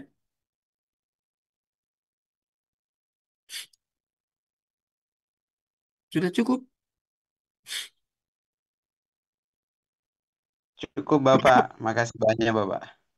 Wah, Pak Iwan kah? Ronald? Rekan-rekan yang lain? Pak, saya mau bertanya sedikit tentang ini walaupun agak di luar konteks, tapi saya pikir ini sangat berkaitan Pak tentang dispensasionalisme sama teologi perjanjian Pak yang dianut oleh Reform. Wow, Nah kemarin dispensational saya, theology. Dispensational ya Pak, teologi. Iya. iya Bapak. Waduh, itu. Kemarin saya baca satu satu buku itu yang membuat saya pusing, hampir tidak bisa mengerti bersama apa pandangan antara dispensasionalisme sama apa teologi Reform tentang kovenan itu Pak. Tentang covenant. Iya, iya. Iya, ya. Betul, betul. Itu harus dipelajari khusus. Saya kan kuliah di situ dulu. Ambil Demin. Cuman saya nggak tulis disertasi. Tapi perkuliahannya sampai selesai. Dan saya tahu bahwa saya masuk di dalam teologi, sedang belajar di satu sekolah yang memang penganut dispensational teologi. Itu pusatnya di Amerika ya.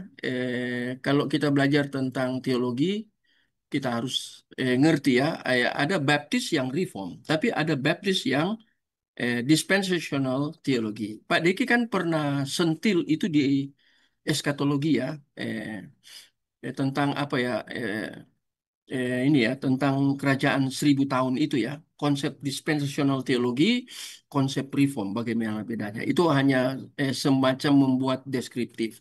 Tapi bagus, apa, siapa nih? Ronald ya sudah pelajari itu. Tapi itu harus memang didalami.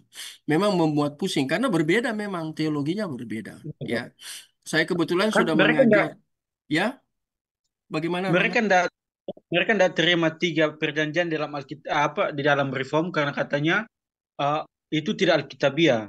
Karena menurut pandangan mereka bahwa mulai dari penciptaan sampai di apa namanya sampai di zaman Yesus itu semua Alkitab itu apa didispensasi. Harus mengerti pengertian dispensasi di dalam konsep mereka, bukan konsep kita. Kita yang tinjau konsep mereka. Jadi artinya kita membedah ajaran tentang apa sih teologi dispensasional. Charles Ryrie, saya punya buku-buku. Bukunya ada 2 jilid ya, sistematik teologi saya. Saya membaca itu.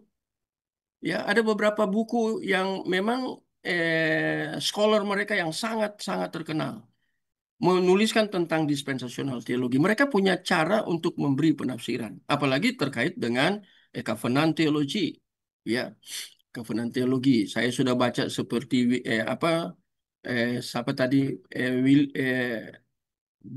William Dyrness punya ya. Karena dia bukan di saat itu ada dua pecah di situ ya. Makanya kenapa Pak Tong tinggalkan saat dulu karena Pak Tong kan lama di saat. Dia sudah umur baru dia buat tentang reform teologi. Karena ada perbedaan antara Luther, ada sedikit perbedaan. Sama-sama reform, tapi ada penekanan yang berbeda di situ. Sama-sama Luther aja berbeda. Sama-sama Reformed beda. Reformed itu lebih ke Calvin. Kalau teologi Lutheran itu ada perbedaan. Ya, Luther masih mengkait-kaitkan dirinya dengan Katolik. Ya, tapi bukan berarti keseluruhan ya. Jangan digeneralisasi. Tapi Calvin buat terlalu banyak pembedaan ya dengan teologi Lutheran sehingga itu Peter Wongso ya. Dulu saya tahu Peter Wongso sudah masih Ya hidup di Pak, itu sini. ya, betul Pak. It- Ya, Itu bagaimana? buku-buku reform itu yang dipapa oleh Louis Berkhof sama Peter Wongso Iya, iya. Tapi Louis Berkhoff tentang kan pandangan reform. reform itu. Reform. Sedangkan Peter Wongso itu dia mantan rektor, dia itu Lutheran teologi. Tapi saya dengar dia buat satu pengakuan waktu dia pelayanan di Medan. Gereja apa saya lupa ya. Saya dapat info dari orang yang bisa dipercaya bahwa dia kemudian sadar bahwa apa yang dikatakan oleh Pak Tong tentang teologi reform itu betul. Jadi dia akhirnya berubah menjadi reform. Itu kata orang yang bisa dipercaya ya. Karena pengaruh Pak Tong. Tapi dia sudah terlambat, Pak Tong sudah keluar dari saat. Ya. Tapi nanti kita perlu lihat belajar khusus tentang teologi-teologi. Ya, macam-macam teologi. Kadang-kadang di STT kan saya mau mengajar hal-hal yang tidak umum diajarkan di STT. Termasuk The Providence of God kan mana yang ngajar? Belajar tentang predestinasi saya itu. Termasuk nanti kita belajar tentang teologi-teologi, siapa tokohnya, konsepnya apa, bagaimana mereka menafsir, mengapa dia jadi teologi tadi ya, dispensasional, mengapa jadi teologi Injili, mengapa jadi teologi Lutheran, mengapa jadi teologi Calvin. Banyak ya, teologinya banyak. Saya sudah pernah ngajar di satu STT untuk kelas MTH. Bahannya ada di laptop, ada di satu laptop. Saya kan punya 2 laptop ya, ada satu laptop lama itu ya lagi nongkrong dia, saya pakai laptop yang diberikan satu mahasiswa ke saya. Nah, jadi itu perlu dipelajari. Jadi kalau saya menjelaskan nanti tanggung ya, ini time-nya waktu. Ya, oke ya. Tapi sudah bagus Ronald tanyakan tentang itu. Itu di luar konteks tema pembelajaran kita ya. Tapi itu memperlihatkan bahwa seperti Ronald banyak membaca referensi itu penting ya. Nah, orang-orang seperti Ronald yang masih muda sekarang lagi praktek ya. Nanti itu Ya bisa Bang. jadi dosen, lanjut ke MTH, bisa mengajar S1.